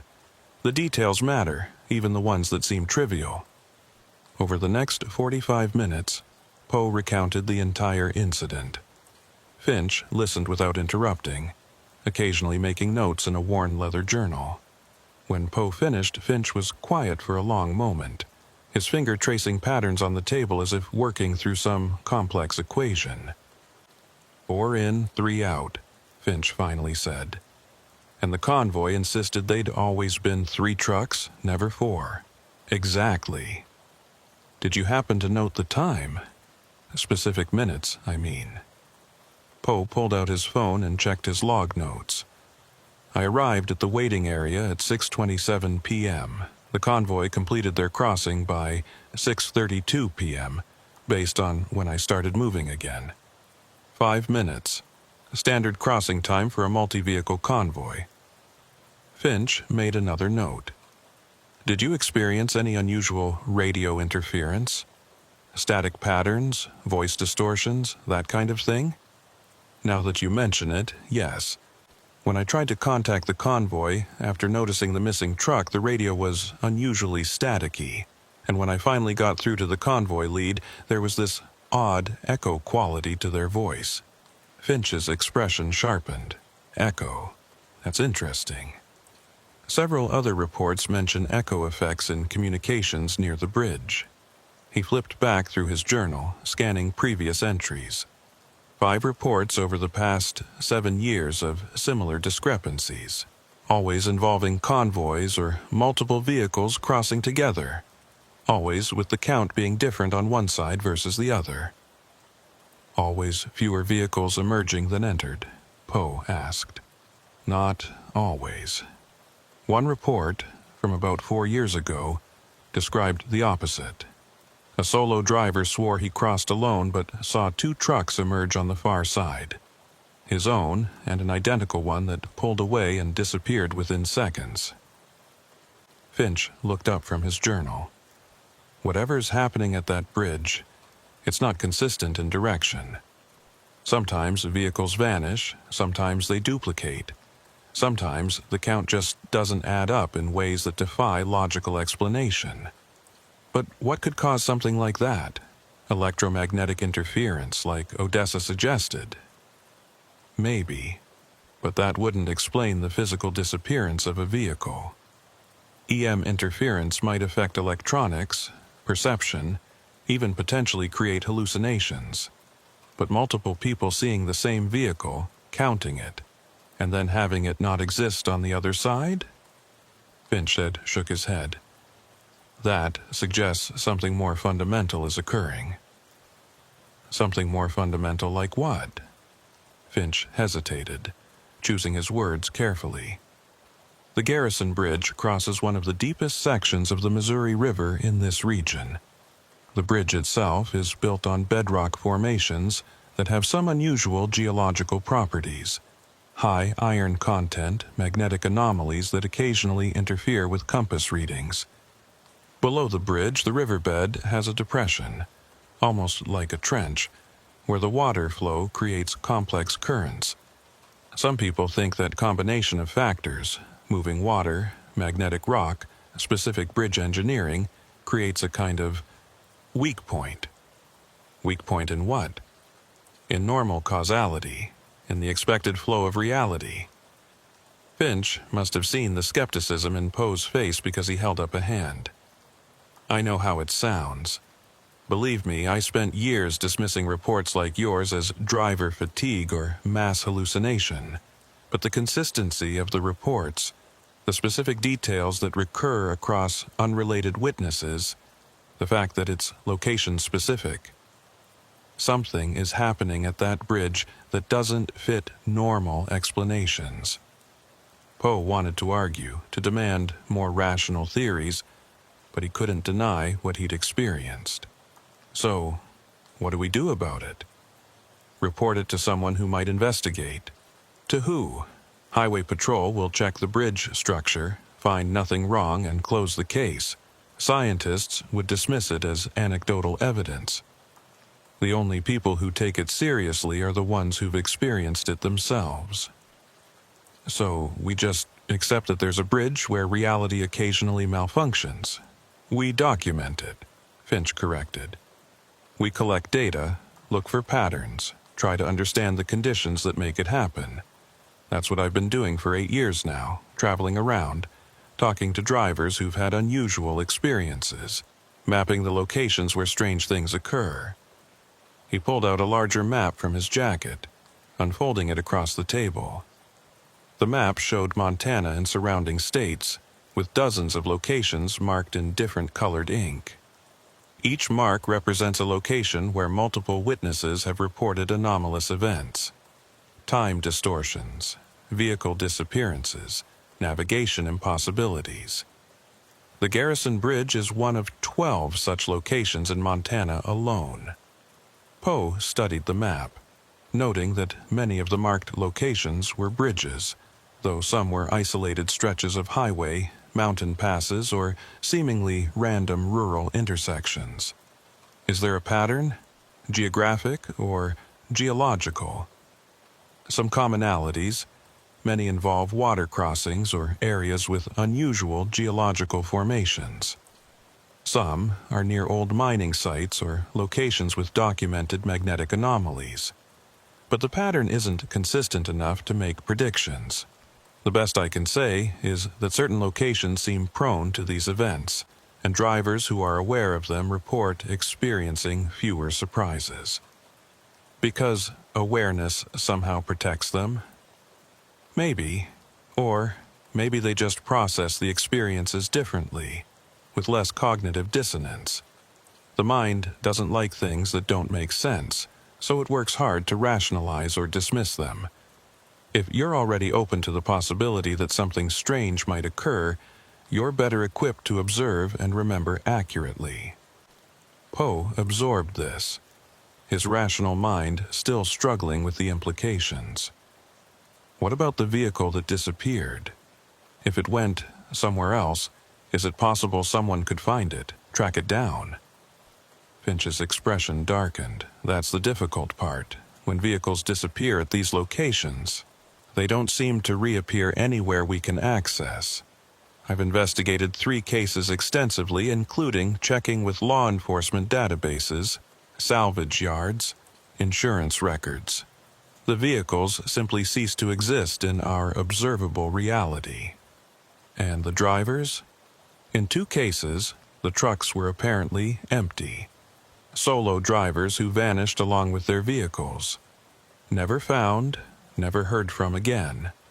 The 3rd case, the truck was found about 6 months later, abandoned in a field approximately 90 miles from where it disappeared. No driver, no cargo, and the vehicle's odometer showed an extra 2,000 miles that couldn't be accounted for. A chill ran through Poe, despite the warm roadhouse. So, people can just disappear? It's rare. Most of the time, the anomalies are just observational. You see something weird, but you continue on unaffected. But yes, there have been cases where the consequences were more severe. Finch closed his journal.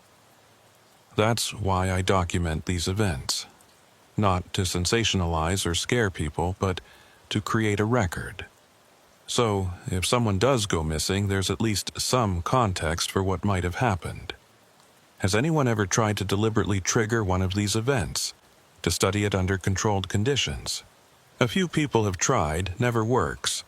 The anomalies don't seem to occur on demand.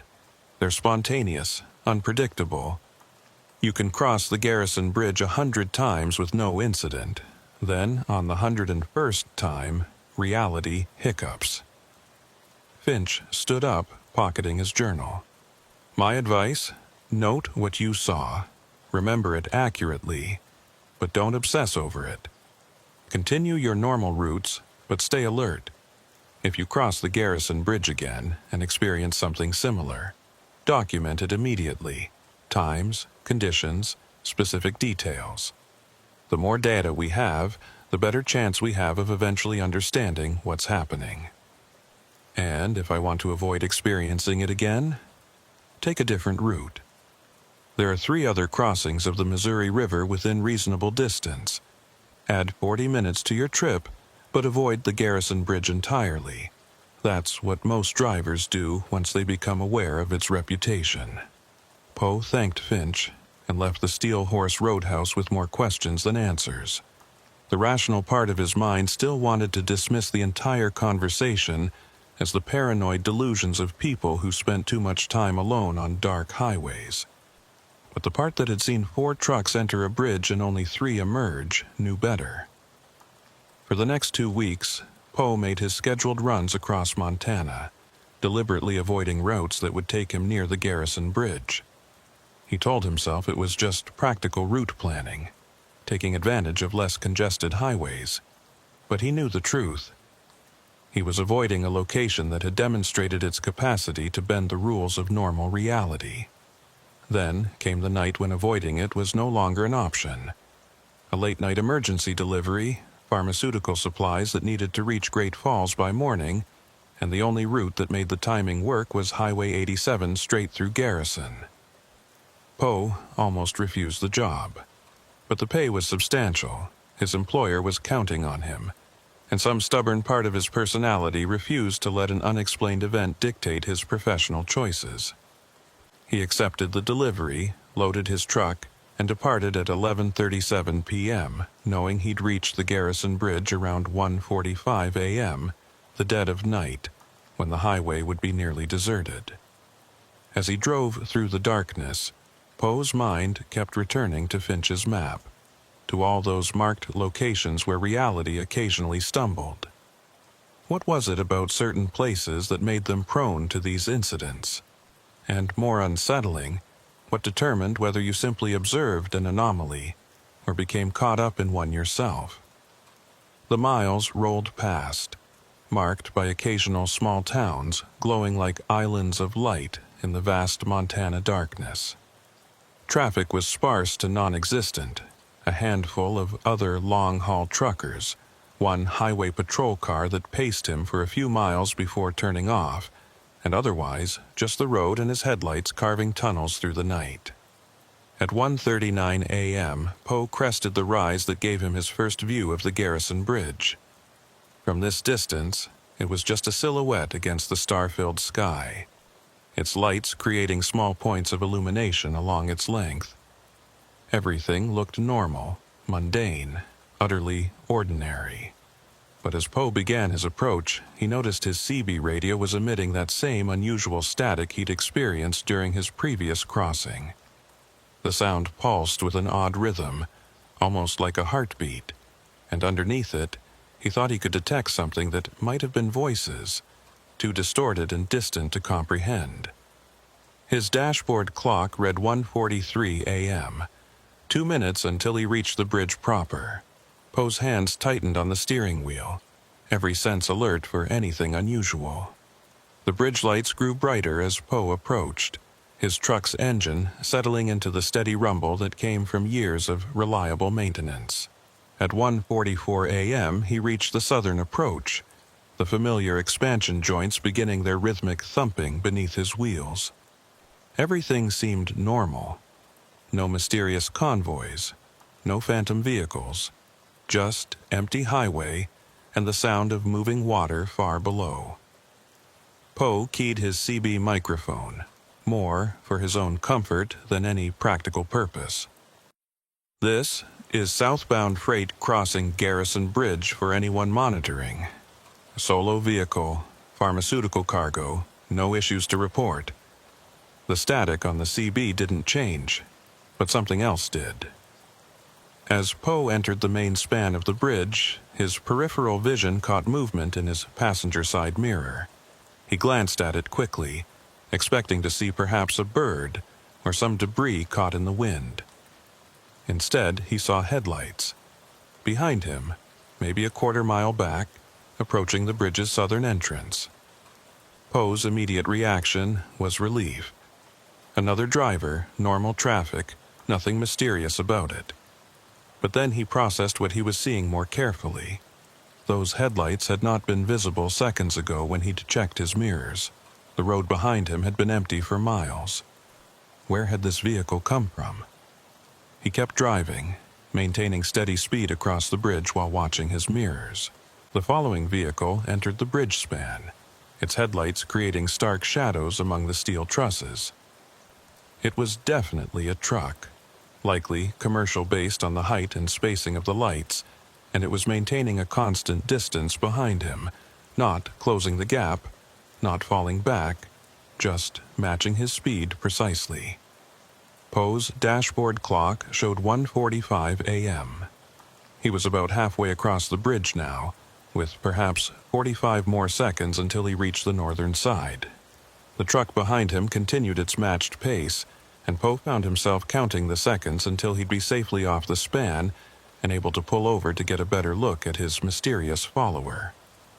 At 1:46 a.m., Poe cleared the bridge's northern approach and immediately pulled into a turnout, just as he had during his previous crossing. He set his parking brake and grabbed his flashlight, ready to identify the vehicle that had followed him across. He waited. 5 seconds, 10 seconds, 15. No truck emerged from the bridge. The span behind him was empty, its lights illuminating nothing but concrete and steel. Poe stepped out of his cab, flashlight in hand, and walked to the edge of the turnout where he had an unobstructed view of the bridge. The structure was completely empty. No vehicles, no lights, nothing to indicate that anything had crossed behind him. The CB in his cab was still emitting that strange static pattern. Poe returned to his truck and grabbed the microphone. "If there's anyone on this channel who just crossed the Garrison Bridge northbound, please respond. I saw your headlights behind me. Please confirm your position." The static pulsed, and for just a moment Poe thought he heard something underneath it. A voice, perhaps, or what might have been words. But the sound was so distorted and brief that he couldn't be certain. He tried again. "This is the northbound pharmaceutical truck to any vehicle that crossed Garrison Bridge at 1:45 a.m. Please respond." Nothing but static. Poe stood beside his truck, flashlight off, staring back at the empty bridge. 2 crossings, 2 impossible events. This wasn't coincidence or fatigue. Something about this location was fundamentally wrong, and he'd now experienced it from both directions. Vehicles disappearing ahead of him, vehicles appearing behind him. Whatever mechanism was at work here didn't follow normal rules. His phone showed no signal, which wasn't surprising for this remote stretch. But he remembered Finch's instructions. Document everything immediately, while the details were fresh. Poe pulled out a small notebook he kept for delivery logs and began writing. Time, 1:46 a.m. Location, Garrison Bridge, north side. Event, vehicle with headlights followed me onto bridge, maintained distance approximately quarter-mile back. No vehicle emerged, radio showing unusual static patterns throughout crossing. Temperature 52 degrees F, clear night, no weather factors. He paused, then added, "This is my second anomalous experience at this location in 2 weeks. Something is affecting vehicles and perception in this specific area." As he wrote, Poe became aware of another sound beneath the engine noise in the distant river. It was a low hum, almost subsonic, that he felt more than heard. The frequency seemed to resonate in his chest cavity, creating an uncomfortable vibration that made his teeth ache slightly. Poe walked away from his truck, trying to isolate the sound. It seemed to be coming from the bridge itself, or perhaps from the water below it. The sound wasn't constant. It pulsed with the same odd rhythm as the CB static, creating a sensation of breathing or heartbeat. A light caught his attention at the far southern end of the bridge. Poe raised his flashlight, but the beam didn't reach that far. The light he was seeing wasn't a vehicle headlight. It was softer, more diffuse, and it seemed to move independently of any vehicle. It drifted slowly from one side of the bridge to the other, then descended below the deck level, disappearing from view. Poe wanted to investigate, wanted to walk back onto the bridge and determine what he was seeing, but every instinct screamed against it. Going back onto that bridge at night alone, with evidence that normal physics didn't apply here, that was how people disappeared permanently. Instead, he returned to his truck, fired up the engine, and continued north toward Great Falls. He'd document the experience. He'd report it to Finch Abernathy. But he wouldn't put himself at additional risk by confronting whatever was happening at the Garrison Bridge in the middle of the night. The rest of the drive passed without incident. Poe delivered his pharmaceutical cargo on schedule, filed his paperwork, and found a truck stop where he could grab a few hours of sleep before the return journey. But sleep eluded him. Every time he closed his eyes, he saw those headlights in his mirror, that impossible vehicle that had followed him onto the bridge and then ceased to exist. At 7:15 a.m., he gave up on sleep and called Finch Abernathy. The phone rang 6 times before Finch answered, his voice alert despite the early hour. "It happened again," Poe said without preamble. "Different phenomenon, but same location. I need to talk to you." They met 3 hours later at a diner in Great Falls, far from the Steel Horse Roadhouse and its atmosphere of collected strangeness. In the harsh fluorescent light of a chain restaurant, Poe recounted his second Garrison Bridge experience, while Finch took notes and asked pointed questions. "The light you saw," Finch said when Poe finished. "You said it was diffuse, moving independently. Did it have any color, any specific characteristics?" "Pale, almost white.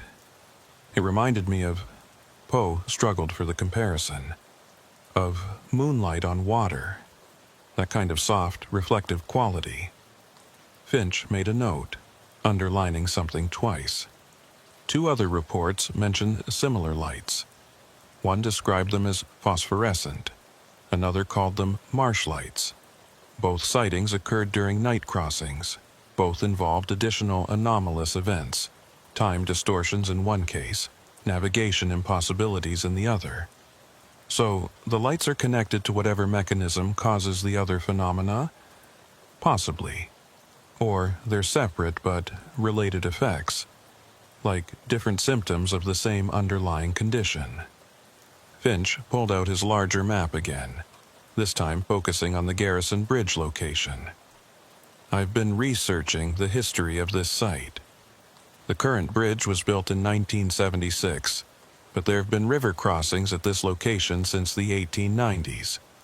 Ferries initially, then a wooden bridge that was destroyed in the flood of 1908, then a steel bridge that lasted until 1975. Are there historical reports of unusual events? Nothing documented officially, but I found some interesting entries in local historical society archives. Letters from the ferry operator in 1897 mentioning travelers who claimed to have crossed when the ferry wasn't running. Newspaper accounts from the 1930s about vehicles found abandoned near the old steel bridge with no explanation. Nothing definitive, but enough to suggest this location has had strange associations for over a century. So, whatever's causing it predates the modern bridge. It's something about the location itself. That's my working theory. The bridge is just the current structure that spans the anomalous zone. Replace it with another bridge, and you'd probably still get the same effects." Finch folded his map. "The question is whether you want to keep engaging with this location or actively avoid it." "Avoid it," Poe said immediately. "Whatever intellectual curiosity I might have isn't worth the risk of becoming one of your disappearance statistics. Smart choice. Though I should mention, avoiding it completely might not be entirely possible. These anomalous locations seem to have a kind of attraction effect. Drivers who've experienced events at one location report being drawn back to it, sometimes unconsciously. Routes they thought would avoid it somehow lead them back. Delivery schedules change unexpectedly, putting them on the exact highway they'd planned to skip. You're saying the locations pull people back. I'm saying the pattern of repeat experiences is statistically unusual. Whether that's psychological, people subconsciously seeking to understand what they experienced, or something else I can't say, but be aware of it." They talked for another hour. with Finch sharing more details from his years of research. The picture that emerged was deeply unsettling. Dozens of locations across the northwestern states where ordinary physics seemed to occasionally malfunction, where vehicles and people could disappear, or duplicate or experience impossible events. And underlying it all, no explanation, no pattern comprehensive enough to allow prediction or prevention. "The worst part," Finch said, as they prepared to part ways, "is that I've been documenting this for 8 years, and I'm no closer to understanding the mechanism. I can map the locations, catalog the events, but I can't explain why they happen or what determines who experiences them." "Maybe it's not explainable," Poe suggested. "Maybe it's just one of those things we have to accept exists without understanding. Maybe. But that acceptance comes hard for people who rely on predictability and logic for their survival. Truckers navigate by maps and schedules and known routes, having to accept that sometimes the rules just don't apply." Finch shook his head. "It undermines the fundamental assumptions we use to make sense of the world." After leaving the diner, Poe sat in his truck for a long time, staring at his route planning software. He had 3 delivery options for the next week, and he carefully analyzed each one, ensuring none would take him within 20 miles of the Garrison Bridge. He'd follow Finch's advice and actively avoid the location, even if it meant longer routes and reduced efficiency. But as he plotted his courses, a thought nagged at him.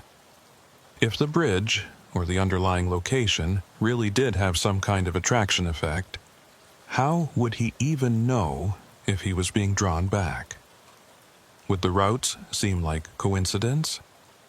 Would he rationalize the choices as practical even as they led him back to the anomalous zone? The uncertainty was maddening. Poe had spent his entire adult life in a profession that rewarded careful planning and predictable execution.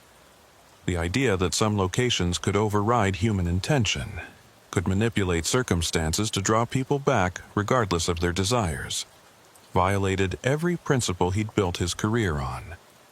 Over the next 2 months, Poe managed to avoid Highway 87 entirely. He took alternate routes, accepted deliveries that went nowhere near the Garrison Bridge, and began to relax slightly. Perhaps the attraction effect was overstated, or perhaps it simply didn't apply to him. Either way, distance and time were helping him process the experiences as strange but concluded chapters of his life. Then, on a cold November morning, Poe received an emergency delivery assignment. Time-sensitive medical equipment needed to reach a hospital in Great Falls within 6 hours. The client was willing to pay premium rates, his dispatcher emphasized, and Poe was the only driver available who could make the timeline. "What's the optimal route?" Poe asked, though he already knew. "Highway 87 through Garrison. It's the only way to make the delivery window. Any other route adds at least 90 minutes, which puts you outside the acceptable time frame." Poe wanted to refuse, but the practical realities of his profession made that difficult. This was emergency medical equipment, potentially life-saving, and turning it down because of unexplained previous experiences at a bridge would raise questions he wasn't prepared to answer. "I'll take it," he heard himself say. "Loading in 30 minutes? Cargo's ready now. Clock's ticking." As Poe drove toward the depot, he told himself it would be fine. He'd cross the bridge, make his delivery, and nothing unusual would happen. Lightning didn't strike twice, or in this case, 3 times. The anomalies were rare, affecting only a small percentage of crossings. The odds were overwhelmingly in favor of a normal, uneventful trip. But as he loaded the medical equipment and began the drive south toward Highway 87, Poe couldn't shake the feeling that coincidence wasn't an adequate explanation for how this delivery had found him. The timing, the route requirements, the way it had bypassed all his careful planning to avoid the bridge. It felt orchestrated, though by what or whom he couldn't imagine. The November afternoon was overcast, with low clouds threatening rain or snow. Poe made good time despite the weather, his truck eating up the miles as he approached the now familiar territory. With each passing mile marker, the tension in his shoulders increased, until, by the time he was 15 miles from the bridge, he felt like coiled wire. At 3:47 p.m., the Garrison Bridge came into view. In the gray afternoon light, it looked different than during his night crossings. More industrial, less atmospheric, its steel framework stark against the clouded sky. Normal traffic was crossing in both directions. 2 cars heading north, a pickup truck going south. Everything appeared completely ordinary. Poe approached the southern entrance at a steady speed, his eyes scanning for anything unusual. The cars ahead of him crossed without incident. The pickup passed him heading the opposite direction, the driver raising a hand in the casual wave common among rural highway users. Normal, mundane, reassuring. He entered the bridge's main span, the familiar thump of expansion joints marking his progress. His CB radio was quiet. No unusual static, no strange pulses. His dashboard clock and gauges all showed normal readings. He was going to cross without incident, complete his delivery, and put the whole thing behind him. Poe was about 2/3 across the bridge when the light changed. Not the overhead bridge lights or his headlights, but the ambient daylight itself. It shifted, becoming softer and somehow thicker, as if the air had taken on a different density. The sensation lasted only a second or two, but it was unmistakable. A ripple in normality, like heat waves on summer pavement. And then he saw it, in his rearview mirror. Not a vehicle this time, but a figure. Standing at the exact center of the bridge, facing his direction. Motionless, despite the steady traffic flow around it. Poe's first instinct was to stop, to back up and check if someone needed help. But traffic behind him made that impossible, and some deeper instinct screamed against stopping on the bridge itself. He completed the crossing, his eyes fixed on his rearview mirror, watching the figure diminish with distance. On the north side, he pulled into the same turnout he'd used twice before. His hands were shaking slightly as he set the parking brake and grabbed his phone. No signal, as expected. He reached for his CB radio, then hesitated. Who would he call? What would he even say? The figure was still visible on the bridge, a dark silhouette against the gray sky. As Poe watched, it moved, not walking, but somehow shifting position without apparent motion. One moment it was at the center of the bridge, the next it was closer to the north end, though Poe hadn't seen it cross the intervening distance. A semi-truck passed Poe's position, heading south toward the bridge. He watched intently, waiting to see if the southbound driver would react to the figure. The truck drove straight through the location where the figure stood, giving no indication that the driver had seen anything unusual. The figure was still there, unchanged, unaffected by a 40-ton vehicle passing through its space. Poe grabbed his binoculars from the cab storage and focused on the figure. Even with magnification, details were difficult to discern. The shape was human, 2 legs, torso, head, but there was something off about the proportions or posture. And the way light interacted with it wasn't quite right, as if the figure existed slightly out of phase with its surroundings. His phone buzzed with an incoming message, the first signal he'd received since approaching the bridge. Poe glanced at the screen. The message was from an unknown number, just 3 words. Don't look back. Poe's blood went cold. He checked the number again, but it showed only as unknown. The message had been sent approximately 2 minutes ago, which meant it had been waiting in the network until his phone caught a signal. He typed back, "Who is this? How do you know where I am?" The response came almost immediately. "You're where you're meant to be. The bridge chooses. Don't interfere." Poe's mind raced. Someone knew he was here, knew about the bridge, knew about the figure.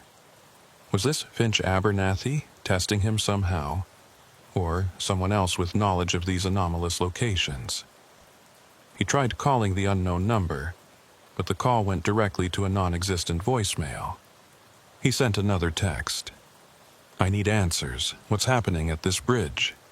No response. Poe waited 3 minutes, watching his phone and periodically checking the bridge. The figure remained visible, though its position seemed to shift subtly each time he looked away and back. Finally, a new message arrived. "Some locations are thin. Barriers permeable. The bridge is threshold. Those who cross with attention get drawn back. You've crossed with attention. Now the bridge knows you." The message's grammar was odd, as if written by someone for whom English was not a first language, or perhaps by something trying to approximate human communication patterns. Poe read it 3 times, trying to extract meaning. "What do you mean, the bridge knows me?" he typed back. The response came after a longer delay. "You've seen what others miss. That seeing creates connection. Connection creates obligation. The bridge has use for aware travelers." "Use for what?" Poe demanded. No response. He waited 10 minutes, but no further messages arrived. When he tried to review the conversation, he discovered the entire message thread had vanished from his phone. The unknown number no longer appeared in his recent contacts, and there was no record that the conversation had ever occurred. Poe checked his phone's message logs, his call history, even his deleted items folder. Nothing. It was as if those messages had been intercepted before being properly recorded by his device's memory, existing only in the transient moment of transmission. He was still processing this when movement on the bridge caught his attention. The figure was no longer alone. 2 additional shapes had appeared, positioned at the south and north ends of the span. Like the first figure, they were motionless, human-shaped, but somehow wrong, existing in that same slightly out-of-phase state. Traffic continued crossing the bridge normally, vehicles passing through the figures without slowing or reacting. Whatever Poe was seeing, it was apparently visible only to him, or at least only to those who had already experienced the bridge's anomalies. The medical equipment in his trailer needed to reach the hospital within 2 hours. Poe had a professional obligation to complete the delivery, but every instinct urged him to turn around, take an alternate route even if it meant missing the deadline. The bridge had become something more than a simple river crossing. It was an active entity in some sense, one that had apparently taken notice of him. Poe made his decision. He put his truck in gear and continued north, away from the bridge, driving faster than his usual careful pace. He'd find an alternate route, even if it meant calling his dispatcher and explaining that he couldn't use Highway 87. The delivery might be late, but at least he'd arrive. He'd driven approximately 3 miles when his engine began to sputter. The dashboard lights flickered, and the truck's power dropped precipitously. Poe managed to coast to the shoulder before the engine died completely. He tried to restart it. The starter motor cranked, but the engine wouldn't catch. He checked the gauges. Fuel was good, temperature normal, no obvious mechanical failure indicated. Yet the truck refused to start. Poe was a competent mechanic, capable of handling most roadside repairs. He popped the hood and began systematic diagnostics. Fuel pump was working. Battery had charge. No visible leaks or damaged components. After 20 minutes of investigation, he'd found nothing wrong with the truck. It simply wouldn't start, for no reason he could identify. His phone showed 2 bars of signal. Poe called his company's roadside assistance line and explained the situation. They'd send a mechanic, but given his remote location, estimated arrival time was 90 minutes to 2 hours. "The medical equipment," Poe said. "It needs to reach Great Falls Hospital within 2 hours. Can you coordinate an alternate driver?" "We'll try, but that's a tight window. Stand by for callback." Poe stood beside his disabled truck, staring back toward the Garrison Bridge in the distance. The timing of this mechanical failure, immediately after he'd decided to avoid the bridge, just far enough away to prevent alternate routing, seemed too precise to be coincidental. His phone rang. Not his dispatcher, but the unknown number from before. The number that shouldn't exist, that had left no record of previous calls. Poe answered. "Who is this?" The voice that responded was strange, layered, as if multiple people were speaking in imperfect synchronization. "You chose wrong. The bridge requires passage." "What are you talking about? What does the bridge require?" "Aware travelers must complete crossing. You've left obligation unfulfilled. Return. Complete. Or remain stranded." "Is this some kind of threat? Did you sabotage my truck?" "Truck is consequence, not cause. Reality at bridge location has been disturbed by your partial engagement. Complete the crossing properly, or remain in disturbed state." The call ended abruptly. Poe immediately tried calling back, but the number showed as invalid. He stood on the empty highway shoulder trying to process what he'd just heard. If he believed the call, and he wasn't sure he did, his truck would start again only if he returned to the bridge and crossed it properly, whatever that meant. The alternative was waiting here for a mechanic who might or might not be able to fix a vehicle that had no apparent mechanical problems, while time-sensitive medical equipment sat useless in his trailer. Poe climbed back into his cab and tried the ignition one more time. The starter cranked, but the engine remained dead. He sat in silence for 30 seconds, weighing his options. Then, feeling like he was making a terrible mistake, he shifted into neutral and released the brake. His truck was on a slight downgrade. Gravity began pulling it backward, toward the bridge. Poe let it roll for about 50 feet, then reapplied the brake and tried the ignition again. The engine caught immediately, rumbling to life as if it had never failed. Poe sat very still, his hands on the steering wheel, contemplating the implications. His truck had started the instant he'd begun rolling back toward the bridge. That wasn't mechanical coincidence. That was something responding to his choice, to his direction of movement. He had two options: complete the crossing, deliver the medical equipment, and accept that he was somehow entangled with whatever the Garrison Bridge represented. Or refuse, call for a tow truck, and abandon the delivery regardless of consequences. Poe thought about the hospital waiting for the equipment, about patients whose treatment might depend on its timely arrival. He thought about his professional reputation, his decades of reliable service, and he thought about those figures on the bridge, waiting for something, possibly waiting for him. He put the truck in gear and drove back toward the bridge. As he approached, the three figures were still visible, one at each end, one in the middle. But as Poe entered the southern approach, they began to move. Not walking, but transitioning through space, converging toward the center of the span. Poe's grip on the steering wheel was tight enough to hurt. Every rational part of his mind was screaming at him to turn around, to refuse to engage further with this impossible situation. But he kept driving, maintained steady speed, committed to completing the crossing.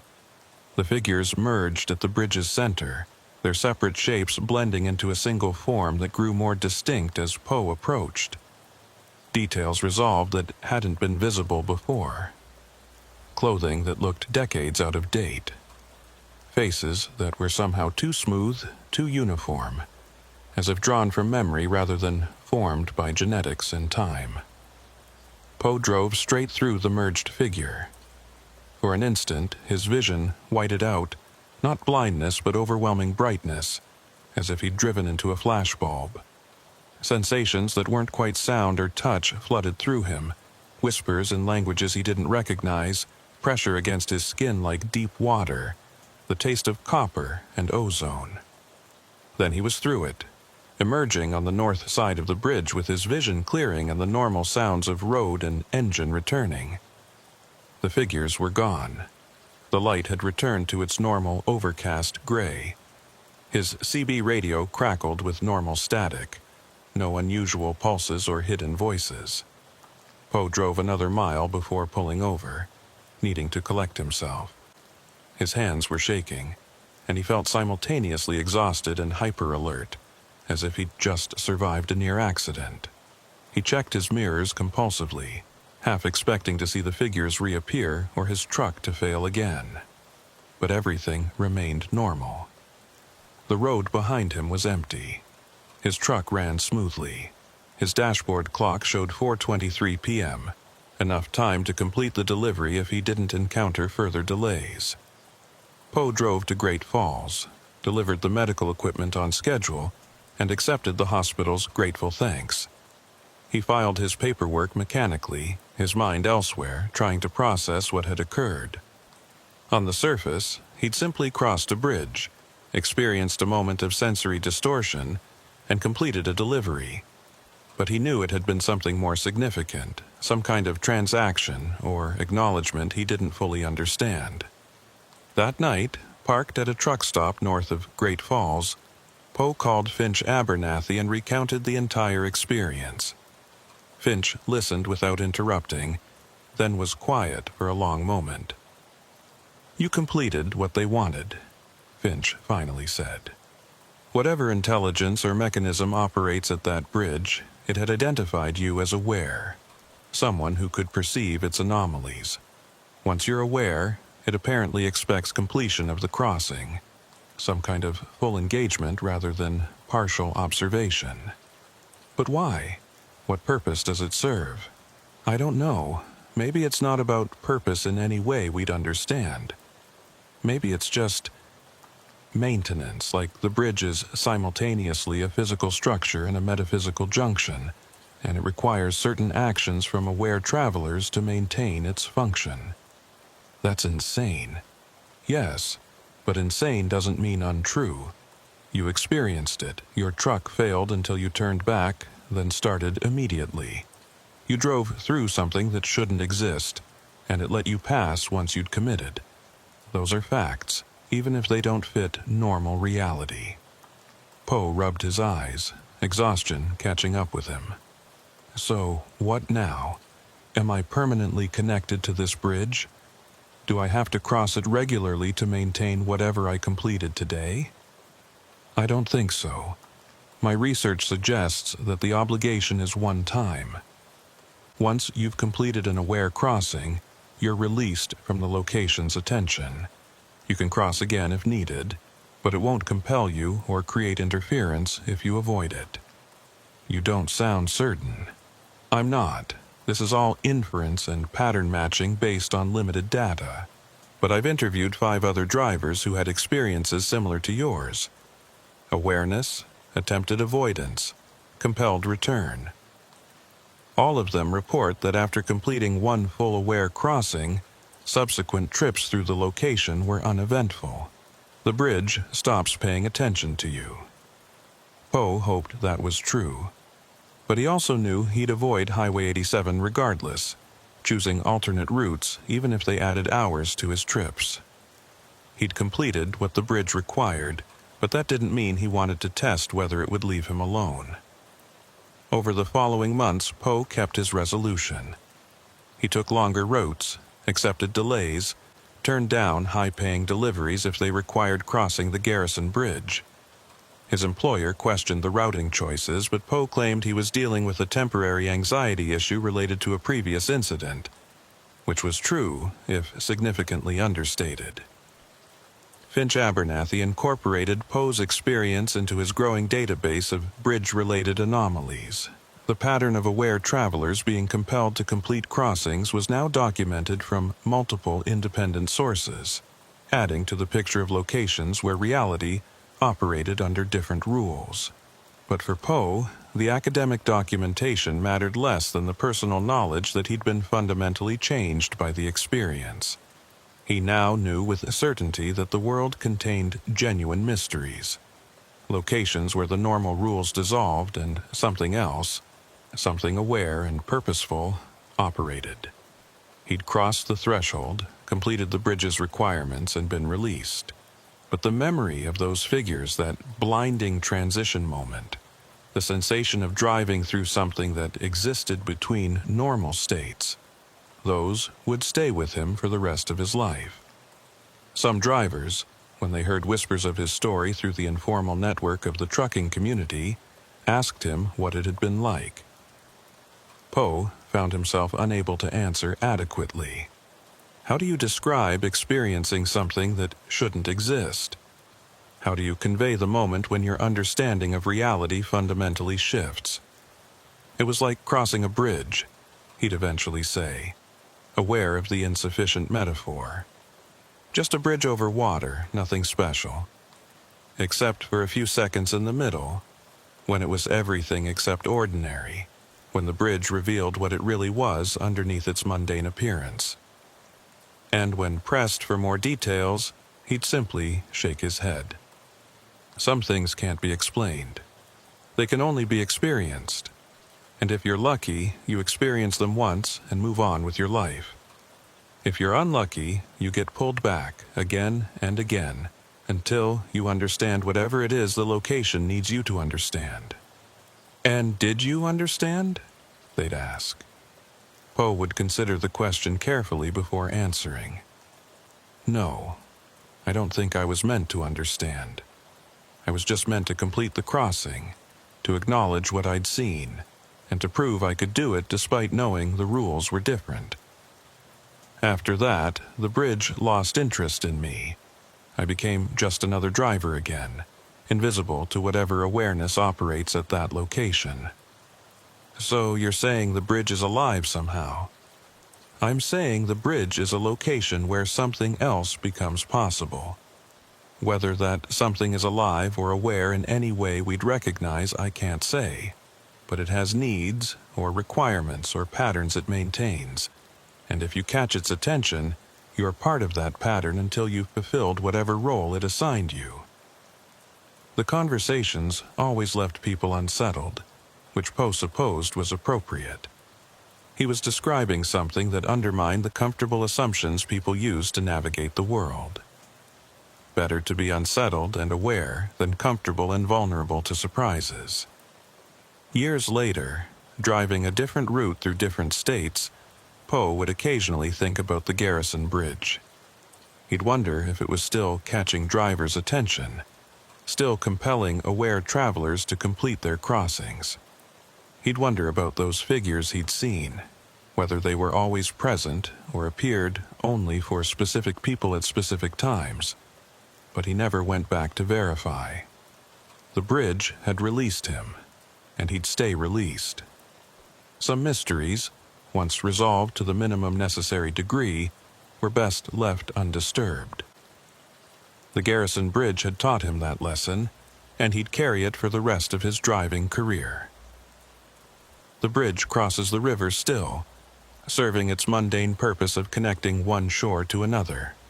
Thousands of vehicles cross it every year without incident, their drivers never knowing that beneath its ordinary structure exists something extraordinary. And perhaps that's how it should be. Most people crossing a threshold, unaware they've passed between worlds. But for those who see, who become aware of the crossing's true nature, the bridge becomes something else entirely. A test, a requirement, a location where reality proves flexible enough to accommodate impossibilities. They complete their crossing, acknowledge what they've witnessed, and move on. Changed but released, marked but free. Garland Poe was one of those aware travelers. The bridge had pulled him back, demanded his recognition, and finally let him go. He'd crossed the threshold and returned, carrying knowledge he couldn't fully articulate but would never forget. Some bridges span only water. Others span the boundary between what we think is real and what actually exists when normal rules momentarily relax their grip. The Garrison Bridge was both, and Poe had learned which truth mattered more. The prairie dawn comes in stages across North Dakota. First, the absolute black of night softens to charcoal. Then the eastern horizon begins to glow, a thin line of pale gold that gradually expands upward, pushing back the darkness in slow, predictable waves. By the time the sun actually crests the horizon, the transformation is already half complete. The landscape revealed in shades of amber and shadow that make the endless grain fields look like an ocean frozen mid-wave. Thaddeus Pike had witnessed this dawn progression thousands of times in his 26 years of hauling grain across the northern plains. At 48, he'd spent more mornings on Highway 52 between Jamestown and Minot than he cared to count. His truck loaded with wheat or barley or corn, destined for processing facilities that turned Dakota Harvest into products shipped worldwide. The route was his bread and butter. Reliable work that paid decent money and followed roads he could navigate half asleep. On the morning of October 14th, 2021, Pike was part of a 4-truck convoy hauling wheat from a cooperative in Jamestown to a grain terminal outside Minot. The harvest had been good that year, and the co-op was pushing to move product before the weather turned. A convoy formation made sense for several reasons: mutual support in case of breakdowns, company on a long haul, and the psychological comfort of not being entirely alone on roads that could go 50 miles between towns. The convoy had formed up at 4:47 a.m. in the co-op's staging lot. Pike knew 2 of the other drivers by reputation, but had never worked with them directly. The lead truck was driven by Hollis Creed, a rookie with barely 8 months of commercial driving experience but a good safety record and the kind of cautious competence that suggested he'd last in the profession.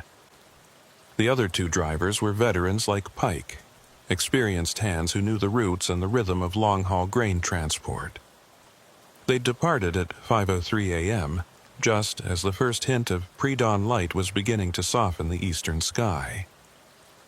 The convoy maintained loose formation, each truck about a quarter-mile apart, close enough to maintain visual contact but with sufficient spacing to allow for safe braking distances. Their CB radios were set to channel 19, the standard trucker frequency, and they'd established a check-in protocol. Every 30 minutes, each driver would report status, starting from the lead and working back to the tail position. Pike was running third in the formation, which suited him fine. The middle position meant he didn't have to worry about navigation. Just follow the taillights ahead and maintain proper spacing. The cargo was straightforward, the weather forecast was clear, and they'd reach Minot well before the terminal's midday receiving cutoff. A routine run, the kind Pike could practically do in his sleep. At 5:34 a.m., Hollis Creed's voice came through the CB with the first check-in. Lead truck, all systems green. Making good time, should hit the Pingree junction in about 20 minutes. The second truck responded immediately, confirming status. Pike thumbed his microphone. Third position, running smooth. Cargo secure, no issues. There was a brief pause before the 4th truck responded, the driver's voice carrying a note of concern. Tail position here. Anyone else seeing this fog developing? Pike checked his mirrors and the road ahead. The sky was continuing its slow transition from night to day, visibility improving with each passing minute. He could clearly see the taillights of the truck ahead of him, and beyond that, the faint glow of the lead truck's running lights. No fog was apparent from his position. Negative on fog from third position, Pike reported. Seeing clear conditions ahead. Same here, Creed confirmed from the lead. Nothing but open road. The second truck also reported clear conditions. There was another pause before the tail position came back on. Must be a local pocket. It's pretty thick back here, but doesn't seem to be extending forward. I'll keep you posted if it gets worse. They continued for another 10 minutes without incident. The dawn light strengthened, revealing the characteristic North Dakota landscape. Vast grain fields stretching to the horizon, occasional farmhouses set back from the road, grain elevators rising like sentinels in the distance. Traffic was minimal, a few passenger vehicles heading in the opposite direction. No other commercial trucks visible in either direction. At 5:46 a.m., Pike noticed something odd. The taillights of the truck ahead of him seemed to flicker momentarily, as if passing behind a translucent curtain. He blinked, refocusing his eyes, and the lights stabilized. Probably just a reflection off his windshield, or maybe dust kicked up from the road surface. Nothing to worry about. But 30 seconds later, it happened again. The lights ahead dimmed, brightened, then dimmed once more before returning to normal. This time, Pike was paying close attention, and he realized it wasn't the lights that were changing. It was the air between his truck and the one ahead. Something was affecting visibility, some kind of atmospheric distortion that came and went in waves. "Second position," Pike called into his CB. "You experiencing any visibility issues up there?" "Negative, third position. Why, what are you seeing?" "Not sure. Intermittent distortion in my view of your taillights. Could be atmospheric, could be something on my windshield." Before the second truck could respond, Hollis Creed's voice cut in, higher pitched with concern. "All units, I'm hitting fog." It came up fast, visibility dropping to maybe 100 yards and decreasing. Pike looked ahead, but could still see the truck in front of him clearly. If Creed was encountering fog, it hadn't reached Pike's position yet. "Still clear at third position," he reported. "Same at second," the middle truck confirmed. "Tail position. Confirming fog has reached my location," the fourth truck reported. "Visibility down to about 50 yards and getting worse, reducing speed to 40. Pike's mind worked through the logistics. The convoy was spread over approximately a mile of highway. The lead truck and the tail truck were both reporting fog, but the two middle trucks were in clear air. That made no sense from a meteorological standpoint. Fog didn't selectively skip sections of highway. It formed in continuous banks based on temperature, humidity, and air pressure.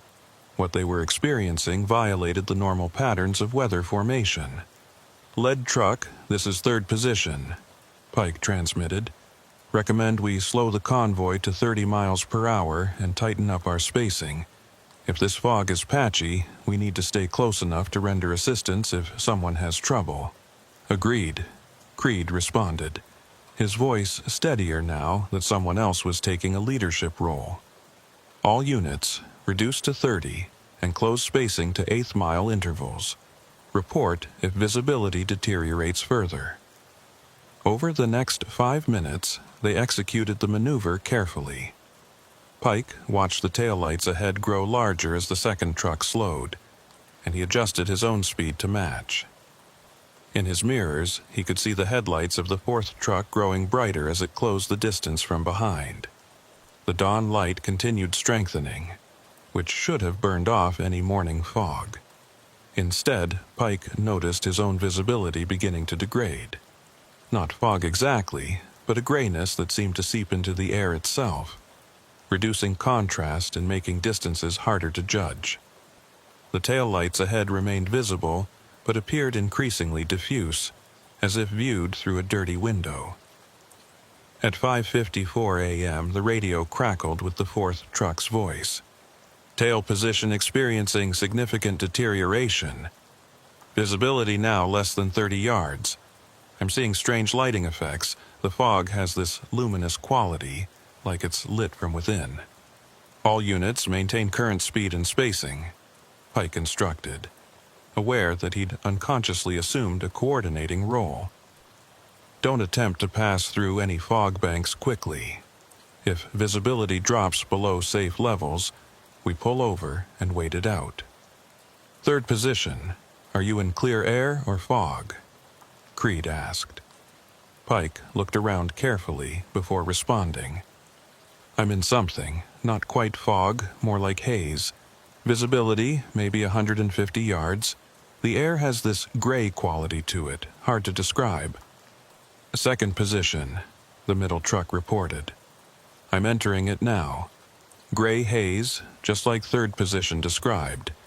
Everything looks washed out, colors muted. They were all in it now, Pike realized. Whatever atmospheric phenomenon was affecting the area had engulfed the entire convoy. And still, the sky overhead was clear, the rising sun visible as a bright disk on the eastern horizon. The grayness was localized to a layer perhaps 100 feet thick, sitting over the highway like a blanket. At 6:02 a.m., Rowena March's voice came through on a different channel, the company's dispatch frequency that all 4 trucks monitored. March was their dispatcher, a 30-year veteran of grain transport logistics who coordinated routes and schedules from an office in Fargo. Convoy Alpha 4, this is dispatch. We're showing unusual GPS signals from your formation, getting some dropouts and position discrepancies. Can you confirm your current location? Pike checked his Jeep unit. The screen showed their position on Highway 52, approximately 60 miles north of Jamestown, which matched his dead reckoning. But the GPS icon was flickering slightly, the position jumping around within a small area rather than showing smooth forward progress. Dispatch, this is third position. Our GPS is showing some instability, but we're definitely on Highway 52 northbound, about 60 miles out from origin. We're experiencing unusual atmospheric conditions, heavy gray haze affecting visibility. Copy that, third position. Weather Service isn't showing any fog advisories for your area. Current conditions should be clear with excellent visibility. Well, Weather Service is wrong, Pike said flatly. We're in thick gray haze, all 4 trucks. Visibility ranges from 30 to 150 yards depending on position. There was a pause before March responded. Understood. Keep me posted on conditions. I'm flagging this route for other drivers. We've got 2 more convoys scheduled to follow your path starting at 0700 hours. The next 10 minutes passed in tense silence, each driver focused on maintaining position and safe spacing in the degraded visibility. Pike found himself constantly adjusting speed, the gray haze making it difficult to judge the distance to the truck ahead. Several times the taillights seemed to recede or approach unexpectedly, forcing him to correct his speed more dramatically than he liked. At 6:13 a.m., something changed. Pike couldn't immediately identify what was different, just that the quality of the gray haze had shifted. It became denser, more uniform, pressing against his windshield like a physical presence. And then he saw the lights. They weren't headlights or taillights. They were diffuse glows in the gray, moving independently of any vehicles. Pike counted 4 of them, positioned roughly where the convoy trucks should be, but behaving strangely. 2 of the glows were ahead of him, which made sense. Those would be the lead and second trucks. 1 glow was behind him, the 4th truck, but there was a 5th glow, off to the right side of the highway, pacing the convoy at roughly the same speed. Pike keyed his CB. All units, is anyone off the main highway? I'm seeing lights that don't correspond to our formation. Negative, Creed responded. Lead truck is dead center on the highway. Second position, center lane, no deviation, the middle truck confirmed. Tail position, I'm on the highway, the 4th truck reported. But I'm also seeing extra lights. They're all around me, Pike. Not following the road, just moving through the gray. A chill ran down Pike's spine, despite the warm cab. All units, call out your positions. Lead first, then sequential. State your truck number and confirm your place in the formation. Lead truck, Unit 723, first position, Creed called out clearly. Second position, Unit 889, the middle truck confirmed. Third position, Unit 551, Pike added. There was a pause. Then tail position, unit 647. That was 4 trucks, 4 drivers. But in the gray haze ahead of Pike, he was seeing 5 distinct glows. And based on the tail position's report, there were multiple lights visible from the rear as well. The math didn't add up. "Dispatch, this is 3rd position," Pike transmitted on the company channel. "We're experiencing anomalous conditions. Request immediate verification of convoy size. How many units do you show in Alpha 4? March's response came quickly. "Alpha 4 is 4 units, 723, 889, 551, and 647. Why, what are you seeing?" "I'm counting 5 light sources in our convoy formation," Pike said carefully. "Other drivers are reporting similar discrepancies.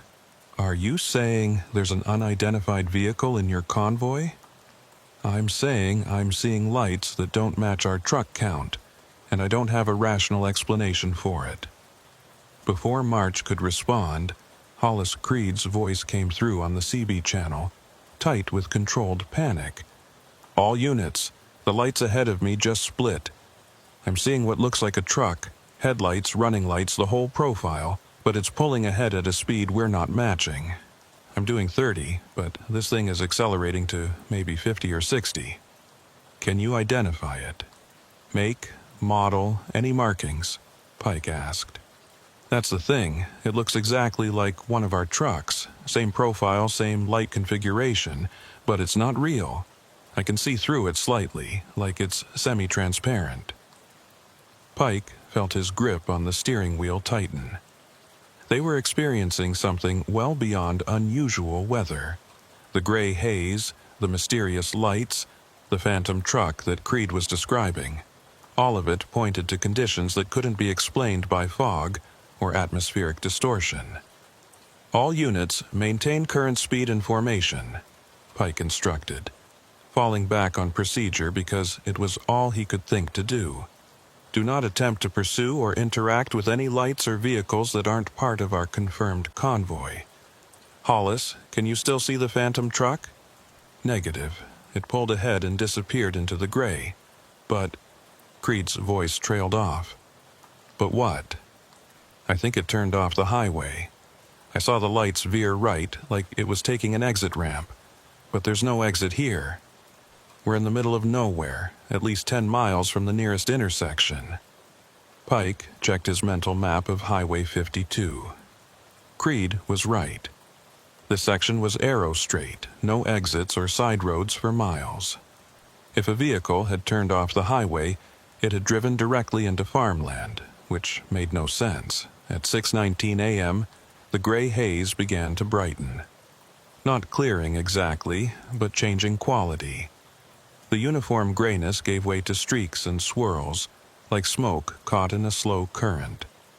Through the swirls, Pike caught glimpses of clearer air. Patches where visibility extended to normal distances before the gray closed in again. "Visibility improving," the second truck reported. "Seeing breaks in the haze." Pike watched the patterns in the gray, and something about them triggered an instinctive unease. The swirls weren't random. They moved with purpose, circling the convoy formation as if examining it from multiple angles. And in the momentary clear patches, Pike saw something that made no sense. The landscape beyond the highway wasn't the familiar Dakota prairie. The grain fields were gone, replaced by terrain he didn't recognize. Rocky outcrops and sparse vegetation that looked more like badlands than agricultural country. "Anyone else seeing landscape changes?" Pike asked, his voice carefully neutral. There was a long pause before the tail truck responded. "Yeah, the fields are gone. I don't know what I'm seeing. It's not right.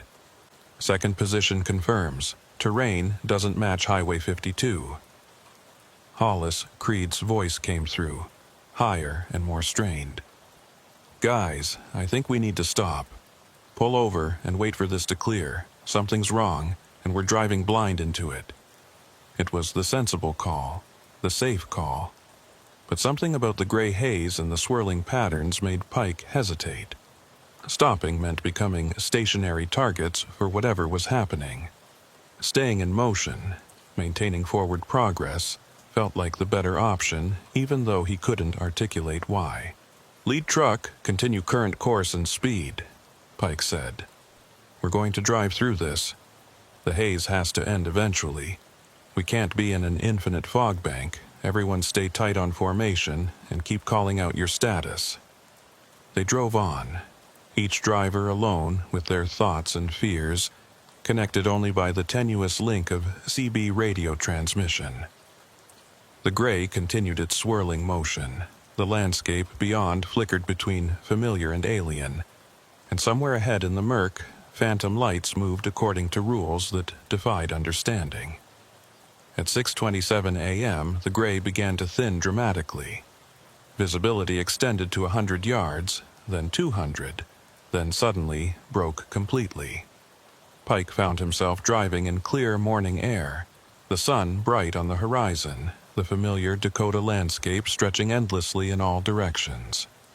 He immediately checked his mirrors for the truck behind him. The fourth truck's headlights were clearly visible, maintaining proper spacing. Pike looked ahead to confirm the second truck's position. The road ahead was empty. "Lead truck, second truck, report positions," Pike transmitted, keeping his voice level despite the ice forming in his stomach. Static was the only response. "Hollis, Unit 889, do you copy?" More static, then fragments of what might have been voices, too distorted to understand. Pike grabbed his CB and switched through multiple channels, trying to raise either of the two trucks that had been ahead of him. Nothing but static and occasional bursts of interference. The fourth truck pulled up alongside Pike at a wide section of shoulder, both vehicles coming to a stop. Pike climbed down from his cab and met the other driver, whose weathered face was pale despite decades of sun exposure. "They were right there," the tail driver said without preamble. "I never lost visual contact, but when the gray cleared, they were gone." "Same from my position," Pike confirmed. "And I can't raise them on any channel." They stood on the empty highway in the bright morning sun, trying to process the impossible. Two trucks, two drivers, had simply vanished from the middle of a four-truck convoy.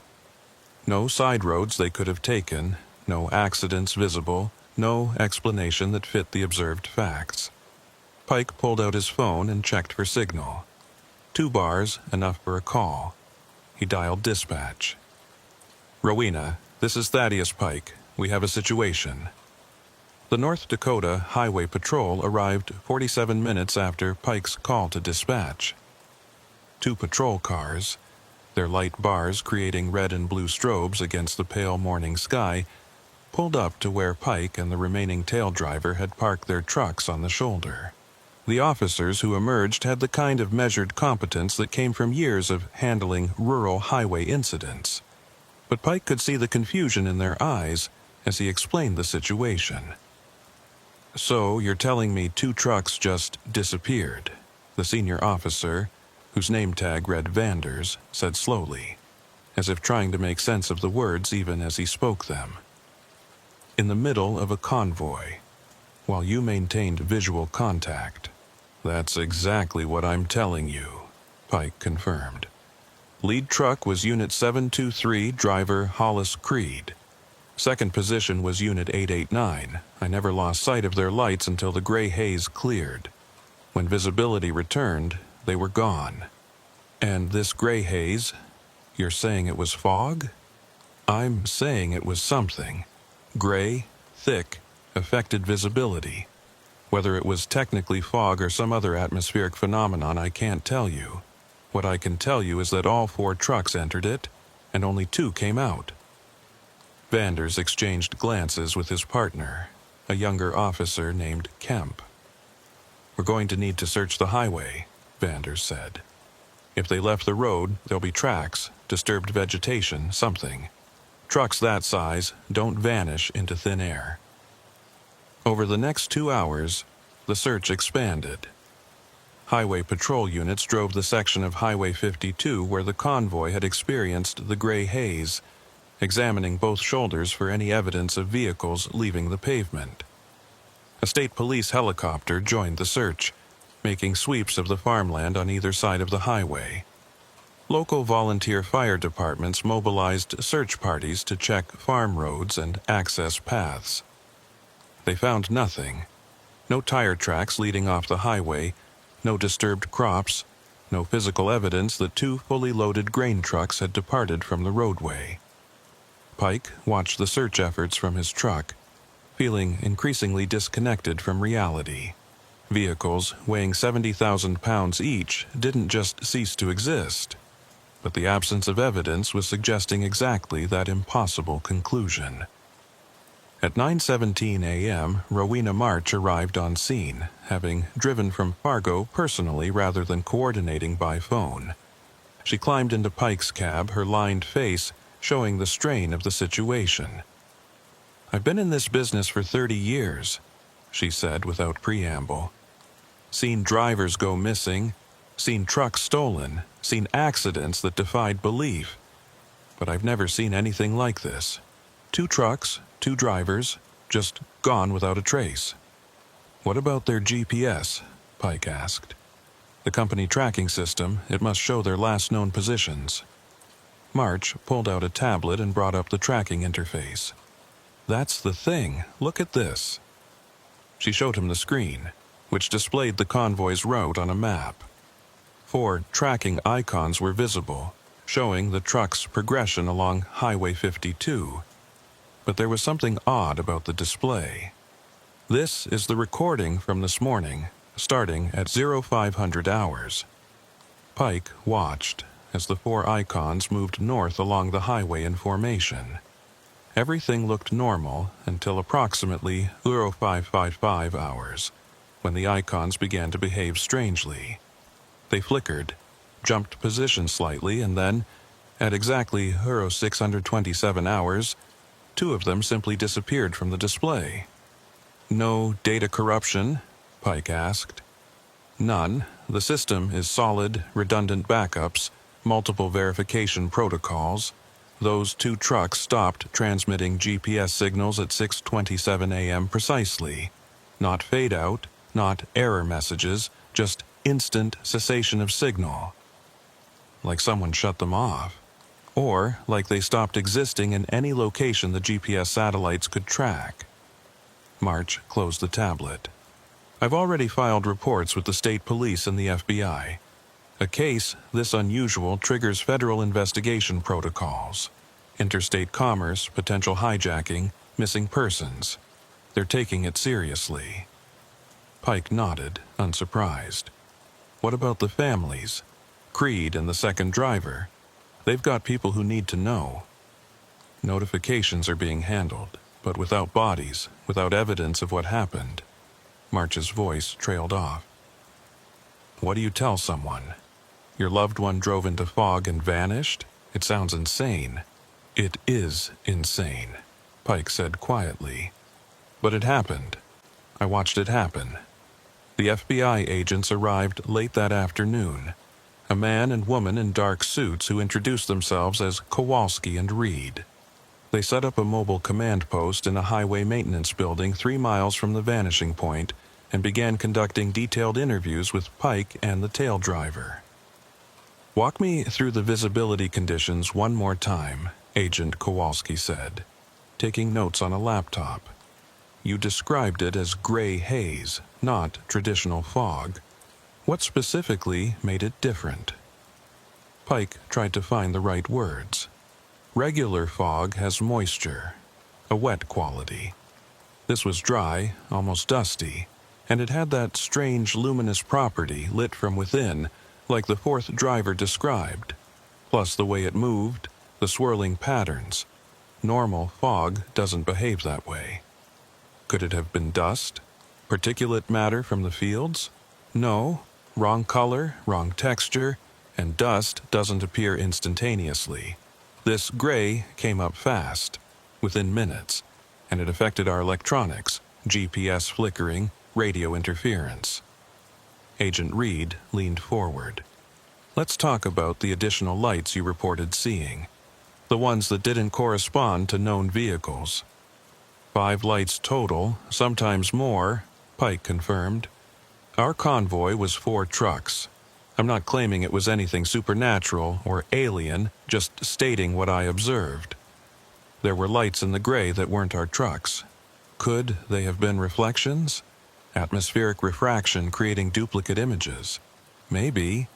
I'm not a meteorologist, but if that's what happened, it's the most elaborate optical illusion I've ever experienced. And it still doesn't explain where 2 trucks went.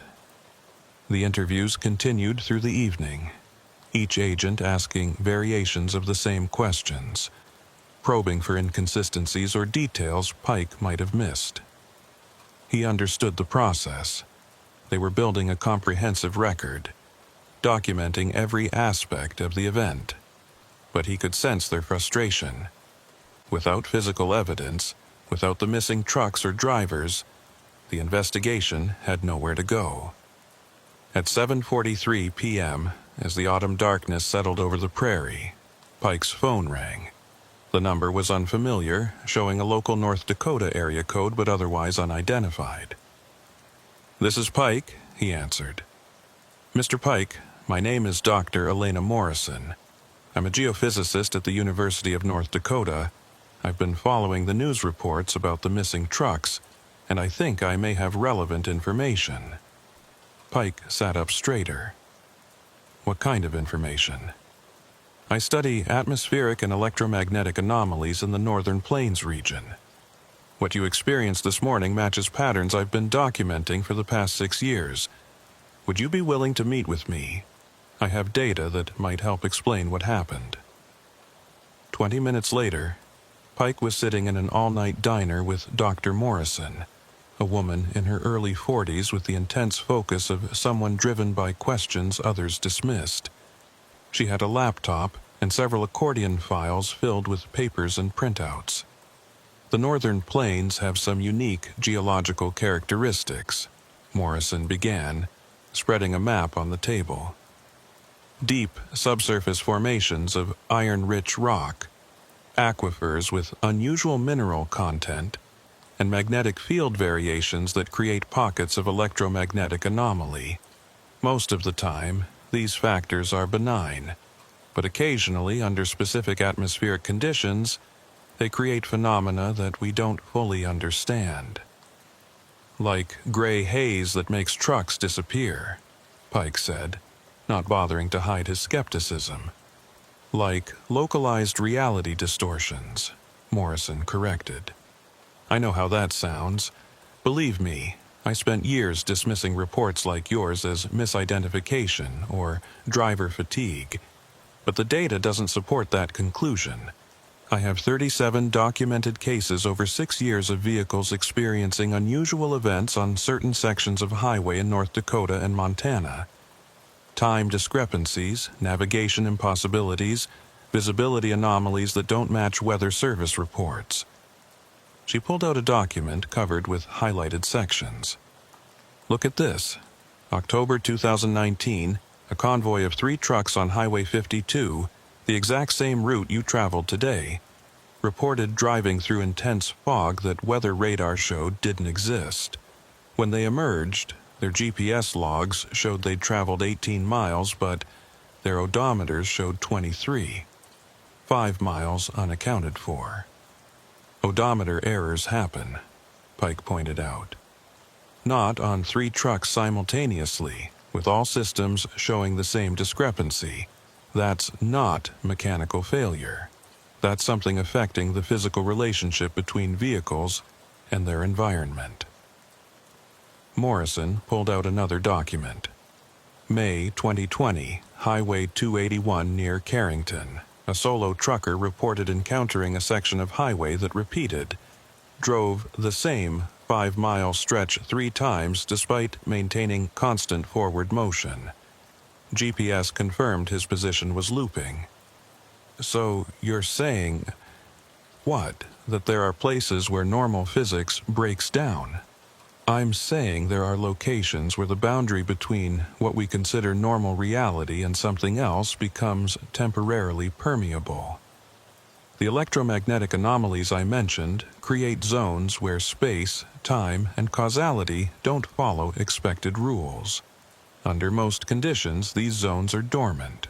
But when specific factors align, atmospheric pressure, solar magnetic activity, perhaps even random quantum fluctuation, they activate.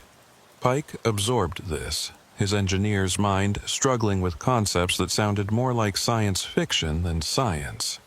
And you think that's what happened this morning? We drove into one of these zones? Based on your description, yes. The gray haze is characteristic. Multiple witnesses describe it similarly. The rapid onset, the luminous quality, the electromagnetic effects on GPS and radio, and most significantly, the vehicle disappearances. When these zones fully activate, they can create spatial discontinuities. Objects or people in the zone at peak activity can be displaced. Displaced where? Morrison met his eyes.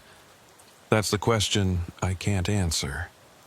The physics suggests they're still somewhere on Earth, just not in the spatial coordinates we'd expect. Shifted sideways, metaphorically speaking, into some parallel track.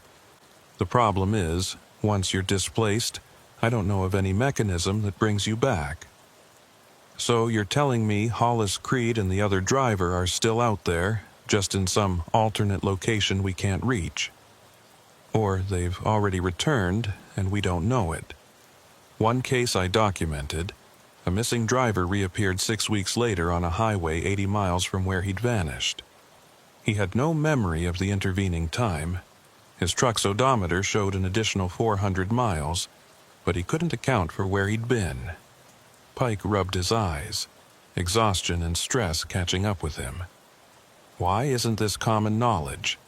If you've documented 36 cases, why aren't scientists studying this? They are. Or rather, a small community of researchers is. But we face two problems. The phenomena are rare and unpredictable, making controlled study impossible.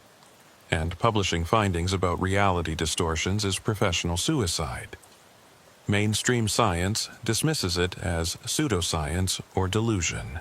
So we work quietly, collect data, and hope someone eventually takes it seriously. Can you identify these zones? Map them so drivers can avoid them. Morrison shook her head. The zones aren't fixed locations. They're probabilistic.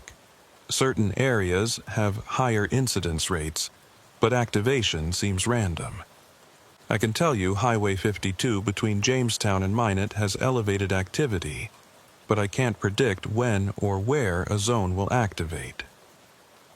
They talked for another hour, Morrison sharing more cases and data, while Pike tried to reconcile this new understanding with his decades of driving experience. If Morrison was right, and her data was compelling enough that he couldn't dismiss it, then the roads he'd traveled his entire career were far more dangerous than he'd ever imagined.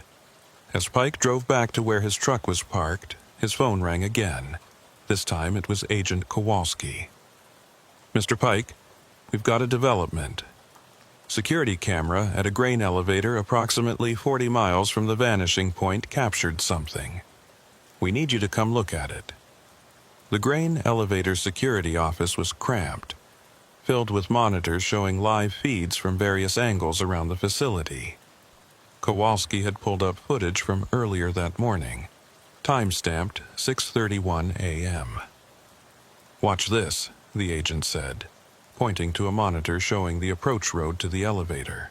Pike watched the grainy footage. The road was empty for several seconds. Then a truck appeared, driving at normal speed. It looked exactly like the ones from his convoy. Same type of rig, same grain trailer configuration. The truck drove into the elevator's lot, circled once, as if the driver was disoriented, then drove back out toward the highway. "That's Unit 723, Pike said immediately, recognizing specific details of the truck's configuration. Hollis Creed's truck. We thought so too, but here's the strange part. Kowalski pulled up a different camera angle, this one showing a close-up of the truck as it circled. "Look at the cab." Pike leaned closer. The cab appeared empty. No driver visible in the seat, no one in the sleeper berth. The truck was driving itself, moving with purpose but without anyone at the controls. "That's impossible," Pike said automatically. "And yet, there it is. We've verified the footage. No digital manipulation, no camera tricks. A truck matching Unit 723's description appeared at this grain elevator 31 minutes after it vanished from your convoy, drove around in an empty lot, and left, with no driver. What about the second truck, Unit 889? No sightings yet. We've put out alerts to every facility, gas station, and camera system within a 100-mile radius. If it appears, we'll know." Pike stared at the frozen image on the screen. A truck that shouldn't exist, driven by no one, performing actions that violated every principle of mechanical operation. If this was real, if vehicles could be displaced into conditions where they operated independently of human control, then nothing he thought he understood about the world was reliable. "What do we do now?" Pike asked quietly. "We keep searching," Kowalski replied. "And we hope your missing colleagues reappear like that driver Morrison told you about. It's all we can do." The investigation into the convoy disappearances consumed the next 72 hours. FBI technicians established a comprehensive grid search pattern, examining every square mile of terrain within 50 miles of the vanishing point. Satellite imagery was reviewed, looking for heat signatures or visual anomalies. Every grain elevator, truck stop, and agricultural facility in the region was contacted and asked to check their lots for abandoned or unknown vehicles. Pike remained in the area, staying at a modest motel in Jamestown and checking in with investigators twice daily.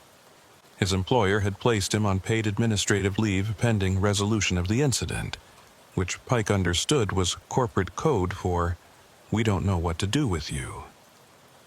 He spent his days driving the section of Highway 52 where the convoy had encountered the gray haze, searching for anything investigators might have missed. On the third day, he received another call from Dr. Morrison. "Mr. Pike, I've been analyzing the conditions from the morning of the incident. I think I've identified what triggered the zone activation." They met at the same diner as before. Morrison had new charts and data printouts, her expression showing the intense focus of someone who'd found a pattern in apparent chaos. October 14th was unusual from a geomagnetic standpoint, Morrison explained, spreading out a chart showing magnetic field data. There was a minor solar flare 3 days earlier, which caused elevated electromagnetic activity in Earth's magnetic field. Not enough to cause auroras or power grid disruptions, but enough to affect sensitive instruments. And that triggered the reality distortion.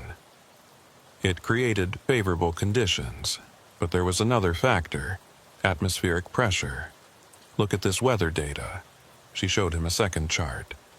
At approximately 05:45 hours on October 14th, a rapidly moving, low-pressure system passed through your exact location. The combination of electromagnetic instability and sudden pressure change created what I call a resonance event. Resonance between what? Between the subsurface geological formations and the atmosphere above them. The iron-rich rock acts like a massive magnetic capacitor. When conditions are right, it discharges energy in ways we don't fully understand. That discharge manifests as spatial temporal distortions, the zones where trucks vanish and physics misbehaves. Pike studied the charts, his mind working through the implications. "So you're saying this was a predictable event? That we could have known the zone would activate?" "In hindsight, yes. The warning signs were there in the data. But nobody was looking for them because nobody except a handful of researchers believes these phenomena are real." Morrison closed her laptop. The frustrating part is that I could have prevented this. If I'd been monitoring conditions that morning and had a way to contact your dispatcher, I could have warned you to take an alternate route. It's not your fault, Pike said. You're one person trying to document something that most people dismiss as impossible. The responsibility lies with... He stopped, unsure where to place blame. With himself, for leading the convoy into danger? With his employer, for not taking Morrison's research seriously? With reality itself, for operating under rules that made trucks disappear? His phone buzzed with an incoming text. The number was unknown, the message brief. Check mile marker 183. Look for signs. Pike showed the message to Morrison. Mean anything to you? Her expression sharpened. Mile marker 183 is right in the center of the high-activity zone. If you're going to find evidence of what happened, that's where it would be. They drove to the location together, Morrison following in her own vehicle. Mile marker 183 sat in the middle of a long, straight section of Highway 52. Surrounded on both sides by harvested grain fields, nothing distinguished it from dozens of other markers along the road. Pike parked on the shoulder and began walking the area, Morrison documenting everything with the handheld electromagnetic field meter. For 20 minutes they found nothing unusual, just highway, fields, and the endless prairie wind. Then Pike noticed something. At the very edge of the pavement, barely visible, was a scuff mark. It was fresh, the rubber streak standing out against the weathered asphalt. Pike knelt to examine it more closely. This wasn't here the other day when Highway Patrol searched, he said. And look at the angle. It's pointing off the highway, like a truck started to turn but didn't complete the maneuver. Morrison checked her field meter. I'm getting elevated readings here. About 3 times normal background electromagnetic radiation. Not dangerous, but definitely anomalous. Pike walked further, following the trajectory suggested by the scuff mark. 10 feet into the grain field, he found tire tracks, deep impressions in the soft soil left by a heavy vehicle. The tracks continued for perhaps 50 feet before simply stopping, as if the truck creating them had been lifted straight up into the air. Dr. Morrison, you need to see this. She joined him, her meter now registering even higher readings. The electromagnetic signature is strongest right where the tracks end. Whatever happened here, this is the epicenter. Pike pulled out his phone and called Agent Kowalski, describing what they'd found. The FBI agent promised to dispatch a forensics team immediately. While they waited, Pike and Morrison continued their examination of the site. The tire tracks were unmistakably from a commercial truck. The tread pattern and depth matched the type of vehicle in their convoy, but the track's abrupt termination defied explanation. Morrison took soil samples from the endpoint, noting that the earth showed signs of being compressed far more than the truck's weight alone could account for. It's like something pushed down from above while the truck was here, she observed, creating pressure beyond what the vehicle's mass would generate. Pushed down by what? That's what I can't answer.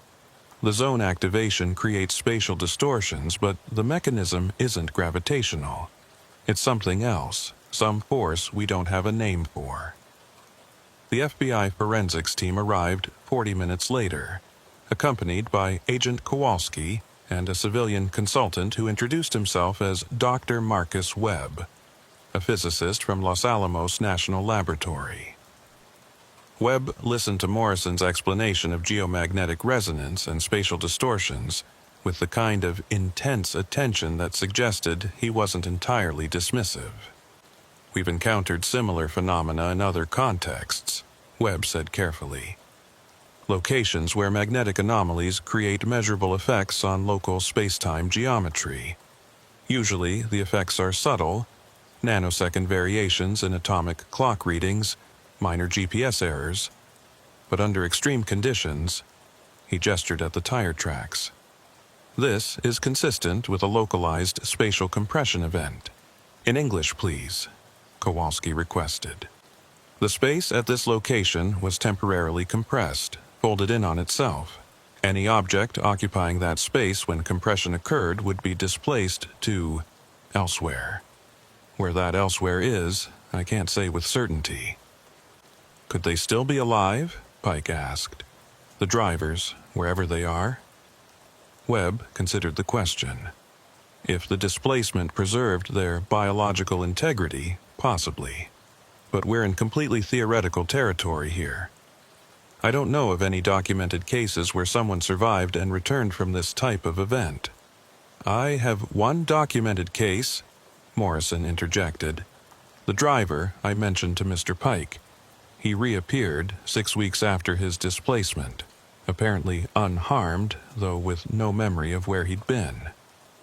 One case in how many incidents? Webb asked. 37 documented over 6 years. Webb's expression darkened. So, a roughly 3% survival rate, if we're being optimistic. The forensics team spent the rest of the day examining the site, taking measurements, collecting samples, and documenting every detail. Pike watched from his truck, feeling increasingly helpless. Somewhere, possibly, Hollis Creed and the other driver were still alive, trapped in some displaced location. But without understanding the mechanism that had taken them, rescue was impossible. As dusk settled over the prairie, Pike's phone rang. The caller ID showed unknown again. This is Pike. Mr. Pike, this is Hollis Creed. Pike sat bolt upright, his heart racing. Hollis, where are you? Are you okay? The voice was distant, breaking up with static, but definitely Creed's. I don't know where I am. I'm still in my truck, but the landscape outside doesn't match any place I know, and my GPS is showing coordinates that don't make sense. Stay on the line. I'm getting help. Pike waved urgently at Kowalski, who was walking toward his car. The agent jogged over, and Pike put the phone on speaker. Hollis, this is FBI Agent Kowalski. Can you describe your surroundings? I'm on what looks like Highway 52, but it's different. The road is older, cracked pavement, no lane markings. The fields around me aren't grain, they're wild grass, like the land was never cultivated. And I haven't seen another vehicle or any sign of people for... There was a pause. I don't know how long. My watch stopped at 6:27 a.m. and I haven't been able to get it working again. What about your truck? Is it operational? Engine runs, but instruments are behaving strangely. The GPS is locked on coordinates that place me somewhere in Saskatchewan, but I know I haven't crossed the border. Radio doesn't work. I can't raise anyone on CB or commercial frequencies. This phone connection is the first communication I've had. Hollis, this is Thaddeus Pike. How did you get my number? I didn't call you. I just pressed the call button on my phone, and it connected to your voice. Like the phone knew who I needed to reach. Morrison had appeared at Pike's side, listening intently. Ask him about the environment. Does he see sun? Stars? What's the sky like? Pike relayed the question. Creed's response came after a moment. Sky is wrong. It's darker than it should be for this time of day, and the stars, when night comes, the constellations aren't right. I'm seeing star patterns that don't match any astronomy I know. He's in a parallel spatial track, Morrison said quietly. Same planet, possibly same timeline, but with different developmental history. The human infrastructure isn't there, or it developed differently. Can we get him back? Kowalski demanded. I don't know. If the zone that displaced him activates again at his current location, maybe. But I can't predict when or where that might happen. Creed's voice came through the speaker again, more agitated. There's something else. I've been seeing lights at night, not vehicle lights, something else, moving through the fields. They don't follow roads or paths, just drift across the landscape. I've tried approaching them, but they stay ahead of me, always just beyond reach. Don't approach them, Morrison said urgently. Those lights could be markers indicating where the spatial boundary is thin. Getting too close might cause another displacement. Hollis, listen to me, Pike said. We're going to figure out how to bring you back, but you need to stay put, maintain your position. Don't drive toward those lights, don't try to find a way home on your own. We'll come to you. How? If you can't reach me and I can't reach you, how? The call cut off abruptly, leaving only dead silence. Pike immediately tried calling back, but the number showed as disconnected. He tried a dozen more times over the next hour, with no success. Whatever temporary connection had allowed Creed to reach him had closed. That night, Pike couldn't sleep. He kept thinking about Creed, alone in his truck on some parallel version of Highway 52, watching unexplained lights drift across fields that shouldn't exist. And somewhere else, perhaps in a similar displaced location, the second driver from the convoy was experiencing the same isolation and fear. At 3:17 a.m., Pike gave up on sleep and drove back to mile marker 183. Morrison's electromagnetic meter sat on his passenger seat, borrowed with her reluctant permission. He parked at the spot where the tire tracks ended and began taking readings. The meter showed elevated levels, just as it had during daylight. But there was something else, a rhythmic pulsing in the electromagnetic field, a pattern that reminded Pike of breathing or a heartbeat. He watched the meter's needle swing back and forth, the pulses occurring at roughly 6-second intervals. On impulse, Pike climbed out of his truck and walked to the exact end point of the tire tracks. The meter's readings spiked, the needle jumping to nearly 10 times the background level, and in that moment, Pike felt something he couldn't quite describe. A pressure, not physical, but present nonetheless, pushing against him from all directions at once. He raised his phone and took a picture of the spot. The camera's flash illuminated the field, and for just an instant, Pike saw something in the flash's afterglow. Tire tracks continuing beyond where they'd appeared to end, faint impressions extending for another 100 feet across the field. Pike blinked, and the phantom tracks were gone, the soil showing no signs of disturbance beyond the documented endpoint. But his phone had captured the image. He reviewed the photo, zooming in on the area beyond the track's terminus. The phantom impressions were there in the digital image, visible proof of something that didn't exist when viewed directly. He sent the photo to Morrison with a text message. These tracks appear in the photo, but not with normal vision. What does that mean?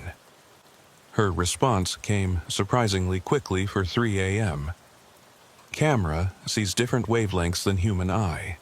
The tracks might exist in a spectrum we can't perceive directly. This is important. Send me your exact GPS coordinates. Pike complied, then waited. 20 minutes later, Morrison's vehicle pulled up beside his truck. She emerged carrying equipment, more meters, a specialized camera, and what looked like a modified Geiger counter. The tracks you photographed are evidence of spatial overlay, Morrison explained as she set up her equipment. 2 locations occupying the same space but slightly out of phase with each other. The camera captured both the physical reality and the displaced overlay. If we can strengthen the overlay signal, we might be able to create a corridor, a way to reach where Creed is trapped. How?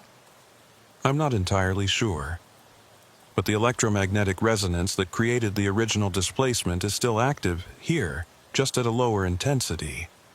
If we can amplify it somehow, recreate the conditions that caused the zone activation. She trailed off, working with her instruments.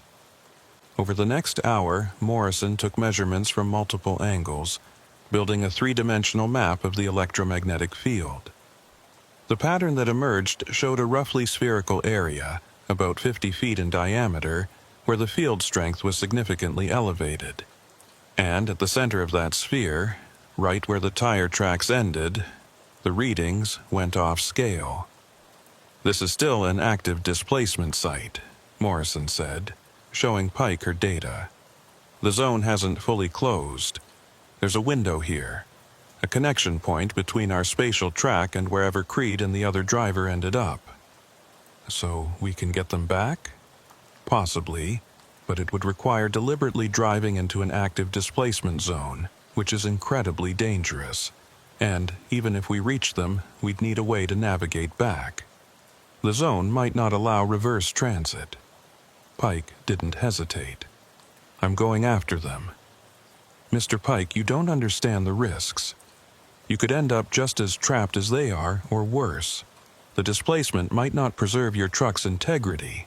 You could materialize in mid-air, or partially merged with terrain, or in an environment that can't support life." "I understand, but I'm not leaving them out there. Hollis is a rookie. This was probably his first convoy run. And the other driver, whoever he is, doesn't deserve to be abandoned. If there's a chance to bring them back, I'm taking it." Morrison studied him for a long moment, then nodded. "Give me 24 hours. I'll see if I can develop a protocol, a way to safely navigate the displacement and return. But Pike, understand this. I'm not guaranteeing success. I'm just promising to try." The protocol Morrison developed was elegantly simple in concept, but terrifyingly uncertain in execution. Using her electromagnetic field data, she'd identified what she called resonance peaks, times when the displacement zone's activity was strongest. The next peak would occur at approximately 6:18 a.m. the following morning, almost exactly 3 days after the original convoy displacement. "The timing is significant," Morrison explained as she briefed Pike, Kowalski, and a team of FBI technicians. "The zones seem to operate on cyclical patterns. Whatever caused the activation 3 days ago will create similar conditions at the same time of day. We can use that predictability." The plan was straightforward. Pike would drive his truck to the displacement site, wait for the resonance peak, and then accelerate directly into the area where the electromagnetic field was strongest. If Morrison's theory was correct, the zone would activate and displace Pike's truck to the same spatial track where Creed and the other driver were trapped. "Once you're displaced, you'll need to locate both trucks and coordinate your positions," Morrison continued. "I'm giving you specialized communication equipment. It won't work across the spatial boundary, but it should function normally within the displaced track. How do I get back? That's the uncertain part. My theory is that if all 3 trucks are at the original displacement coordinates when another resonance peak occurs, the zone will reverse the displacement and return you to normal space, but I can't guarantee that will work." "When's the next resonance peak after the one at 6:18 a.m.? Morrison consulted her data. "Based on the pattern, approximately 24 hours later. So you'd have 1 day to locate the other trucks, gather at the correct coordinates, and wait for the return window.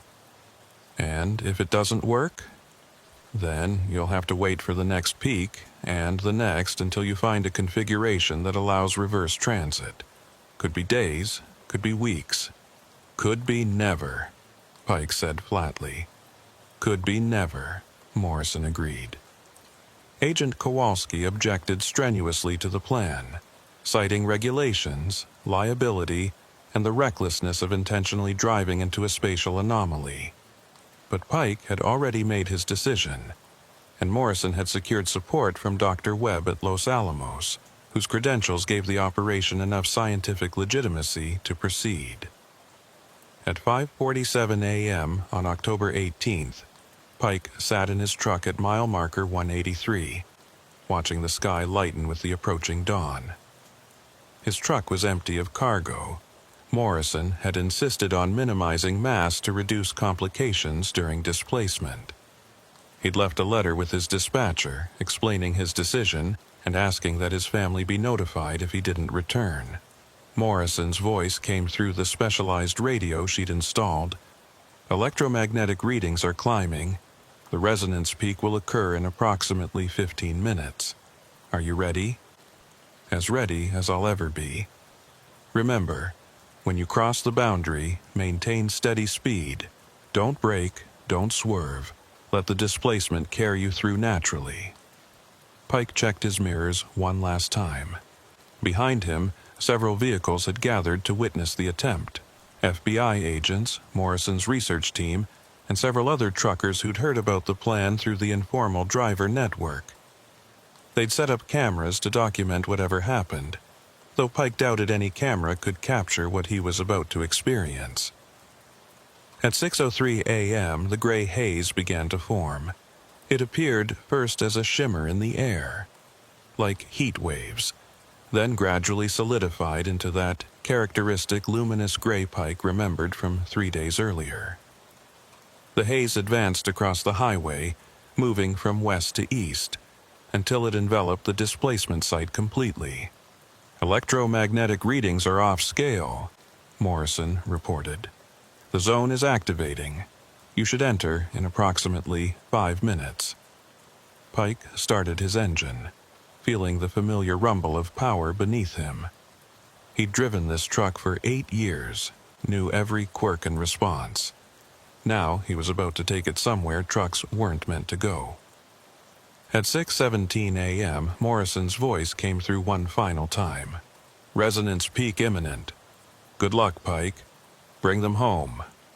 Pike put the truck in gear and accelerated toward the gray haze. As he approached, the luminosity intensified, the gray becoming almost white with inner light. His dashboard instruments began to fluctuate wildly, GPS showing impossible coordinates, speedometer jumping between readings, fuel gauge spinning like a compass needle. And then he was in it. The transition was instantaneous and overwhelming. One moment he was driving through haze on a familiar highway. The next, the world had transformed completely. The gray vanished, replaced by crystal-clear visibility that showed a landscape both familiar and alien. Pike was still on Highway 52, but the highway had changed. The pavement was older, cracked and weathered, with grass growing through splits in the asphalt. The grain fields were gone, replaced by wild prairie that stretched endlessly in all directions. And the sky was wrong. A deeper blue than normal, with clouds that moved in patterns that defied usual weather dynamics. Pike drove forward slowly, his mind struggling to process the displacement. He was here, in whatever here meant, in a version of North Dakota that had developed differently or not developed at all. The existential implications were staggering, but he pushed them aside and focused on his mission: find Creed and the other driver. He keyed the specialized radio Morrison had provided. This is Pike to any convoy members who can hear this transmission. I've crossed through the displacement zone. Please respond with your location. Static was the only response. Pike tried again, broadcasting on multiple frequencies. After the 5th attempt, a voice crackled through. Pike? Is that really you? Hollis, where are you? I don't know exactly. I've been following this highway south trying to find anything familiar. I'm near what looks like an old bridge foundation, but there's no bridge actually there. Pike consulted the mental map he'd built from years of driving Highway 52. I think I know where that is. There's a river crossing about 15 miles from the displacement site. If you're there, I can reach you in about 20 minutes. Pike, how did you get here? Did you get displaced too? Deliberately. I came to bring you back. Have you had any contact with the second truck from our convoy? Negative. I've been alone since I arrived. Haven't seen any other vehicles, any people, nothing. Stay at the bridge foundation. I'm coming to you. Pike drove south on the strange version of Highway 52, his attention divided between the road and the alien landscape around him. Everything felt wrong in subtle ways. The angle of sunlight, the color of the vegetation, even the texture of the air seemed different. And in the distance, he occasionally saw those drifting lights Creed had mentioned, pale glows that moved independently of any visible source. At 6:41 a.m., he spotted Creed's truck parked beside what remained of a bridge foundation, concrete pylons rising from a riverbed that appeared to have dried up decades ago. Creed was standing beside his truck, waving as Pike approached. The rookie driver looked exhausted, his face haggard and eyes showing the strain of 3 days in isolation. When Pike climbed down from his cab, Creed grabbed him in a brief, intense hug. "I thought I was losing my mind," Creed said, his voice unsteady. 3 days in this place, seeing no one, watching those lights at night. I thought I'd be trapped here forever." "You're not trapped," Pike assured him. "We're going to get back. But first we need to find the second truck. Have you seen any sign of him?" "Nothing. I've driven maybe 60 miles in different directions, always on this highway or what's left of it. No other vehicles, no tracks, nothing." Pike keyed his radio again, broadcasting on all frequencies. "Unit 889, this is Thaddeus Pike. If you can hear this, respond immediately. We're organizing return transit through the displacement zone." No response. Pike tried again and again, broadcasting continuously for 5 minutes. The silence as the sun stretched on, broken only by static. "Maybe his radio is dead," Creed suggested, "or he's out of range." "Or he's not on the highway at all," Pike said grimly. "The displacement might have sent him to a different location than us. If the zone activation wasn't uniform, different parts of the convoy could have ended up in different spatial tracks. So what do we do?" Pike checked his watch. The next resonance peak would occur in approximately 18 hours. If they were going to make the return window, they needed to locate the second truck soon. But searching this entire displaced version of North Dakota in less than a day was impossible. "We drive north," Pike decided. "Back to the original displacement coordinates. That's where Morrison calculated the zone would reactivate. If the second driver has any sense, that's where he'll go too." They formed a 2-truck convoy, Pike leading and Creed following at close distance. The drive back north was surreal, the familiar road rendered unfamiliar by the absence of human development. Pike kept watching for any sign of the missing truck, scanning each turnout and side road. At 7:53 a.m., Pike's radio crackled with a new voice. "Is someone broadcasting on this frequency? This is Unit 889 requesting assistance." 889, this is Pike. What's your location?" "I'm on Highway 52, I don't know exactly. My GPS is non-functional. I'm near a grain elevator, but it's abandoned, partially collapsed." Pike thought quickly.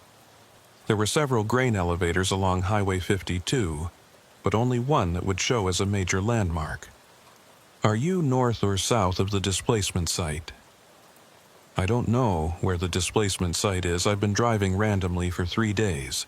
"Okay, stay calm. Can you see any mile markers?" "Wait, there's one coming up. Marker 195. Pike did the math. "You're about 12 miles north of where we need to be. We're heading your way now. Stay put and keep your radio active so we can track your signal." It took 43 minutes to reach Unit 889's position. The driver, a weathered man in his 60s named Marcus Delane, was sitting on his truck's running board when they pulled up. He looked up at their approach with an expression of profound relief. "Thought I was the only one," Delane said simply. 3 days of seeing nothing but prairie and those damn lights. I was starting to think I'd died and this was some kind of purgatory." "You're not dead, and this isn't purgatory," Pike assured him. "This is a displaced spatial track, a parallel version of where we were. And we're going to get back to the real Highway 52. With all 3 trucks accounted for, Pike explained Morrison's plan. They needed to reach the original displacement coordinates and position their trucks exactly where they'd been when the zone had activated. When the next resonance peak occurred, if they were positioned correctly, the zone should reverse the displacement and return them to normal space. And if it doesn't work? Delane asked. Then we wait for the next peak and try again, as many times as it takes. They formed a 3-truck convoy for the drive to the displacement site, reaching the location at 11:37 a.m. Pike used Morrison's GPS coordinates and his own memory of the original convoy positions to mark 3 spots on the highway with spray paint, 1 for each truck. When the resonance peak comes, we need to be in these exact positions, Pike explained. Engine on, transmission in gear, ready to drive, but stationary. The displacement should take us when the zone activates. Should? Creed repeated nervously. It's the best theory we have. Dr. Morrison calculated the return protocol based on electromagnetic field data and displacement mechanics. It should work. They had nearly 8 hours until the predicted resonance peak. Pike suggested they use the time to rest, eat from their emergency supplies, and prepare mentally for the return transit. But as the hours passed, the tension grew. All 3 drivers were haunted by the same unspoken fear. What if Morrison's theory was wrong? What if the zone didn't reverse the displacement? What if they were trapped here permanently? At 5:47 p.m., Pike noticed the gray haze beginning to form. It appeared earlier than Morrison had predicted, which could mean the resonance pattern was accelerating. Or it could mean something else entirely. The displaced spatial track might have its own cyclical phenomena that didn't match the normal world's timing. "All trucks, start your engines," Pike commanded. "Get to your marked positions. This might be our window." They moved quickly, each driver positioning their truck on the appropriate paint mark.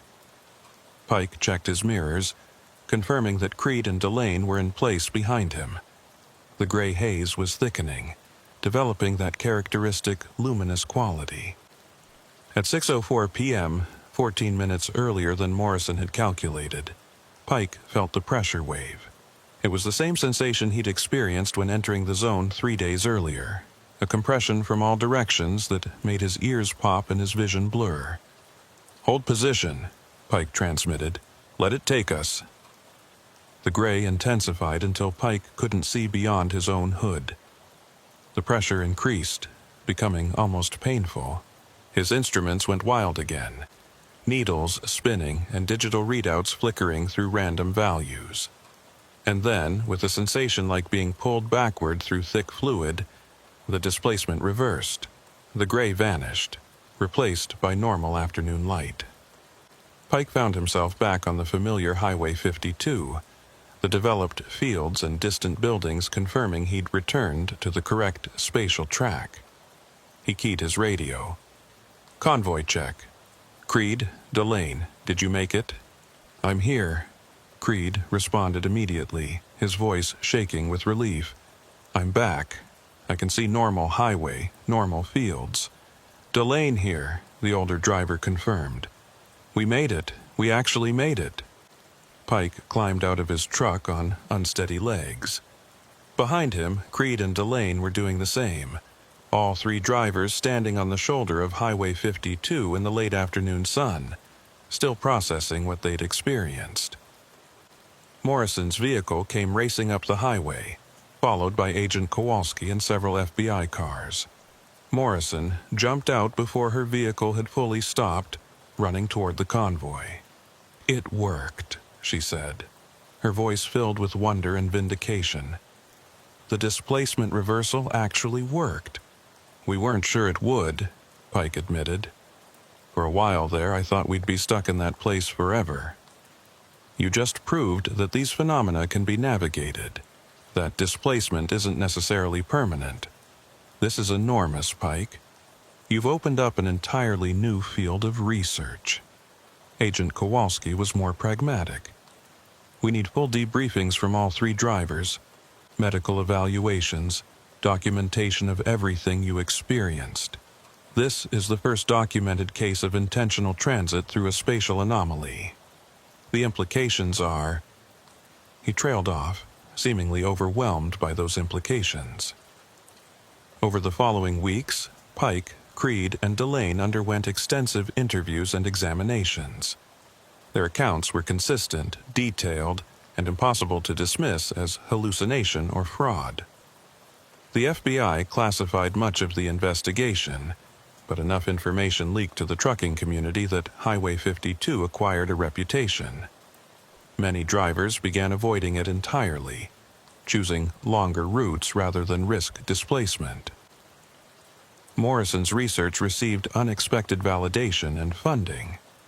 Universities that had previously dismissed her work suddenly wanted to collaborate, and government agencies approached her about developing protocols for safely studying displacement zones.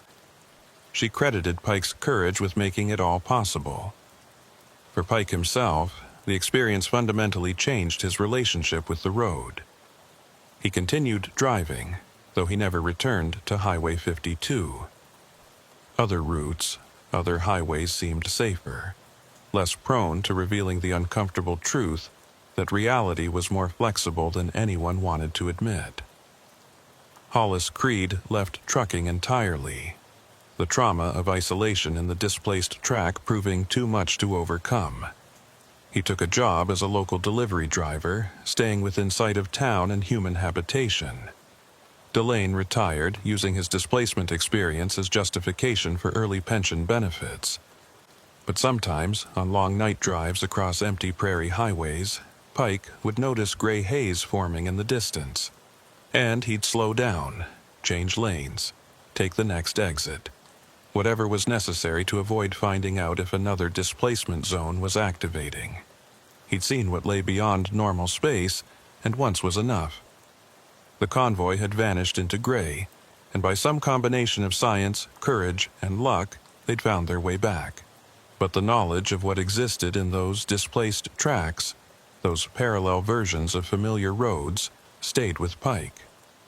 The world was larger and stranger than maps suggested, and sometimes the most dangerous part of any journey wasn't the destination, but the spaces in between.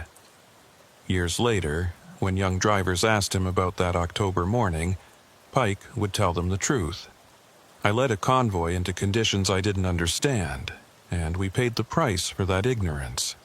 2 of us crossed back safely, but the experience left scars. My advice? Learn to recognize the signs, the gray haze, the electromagnetic interference, the lights that move without vehicles, and when you see those signs, find another route. Some roads lead places you're not meant to go, and no cargo is worth the risk of discovering where those roads end."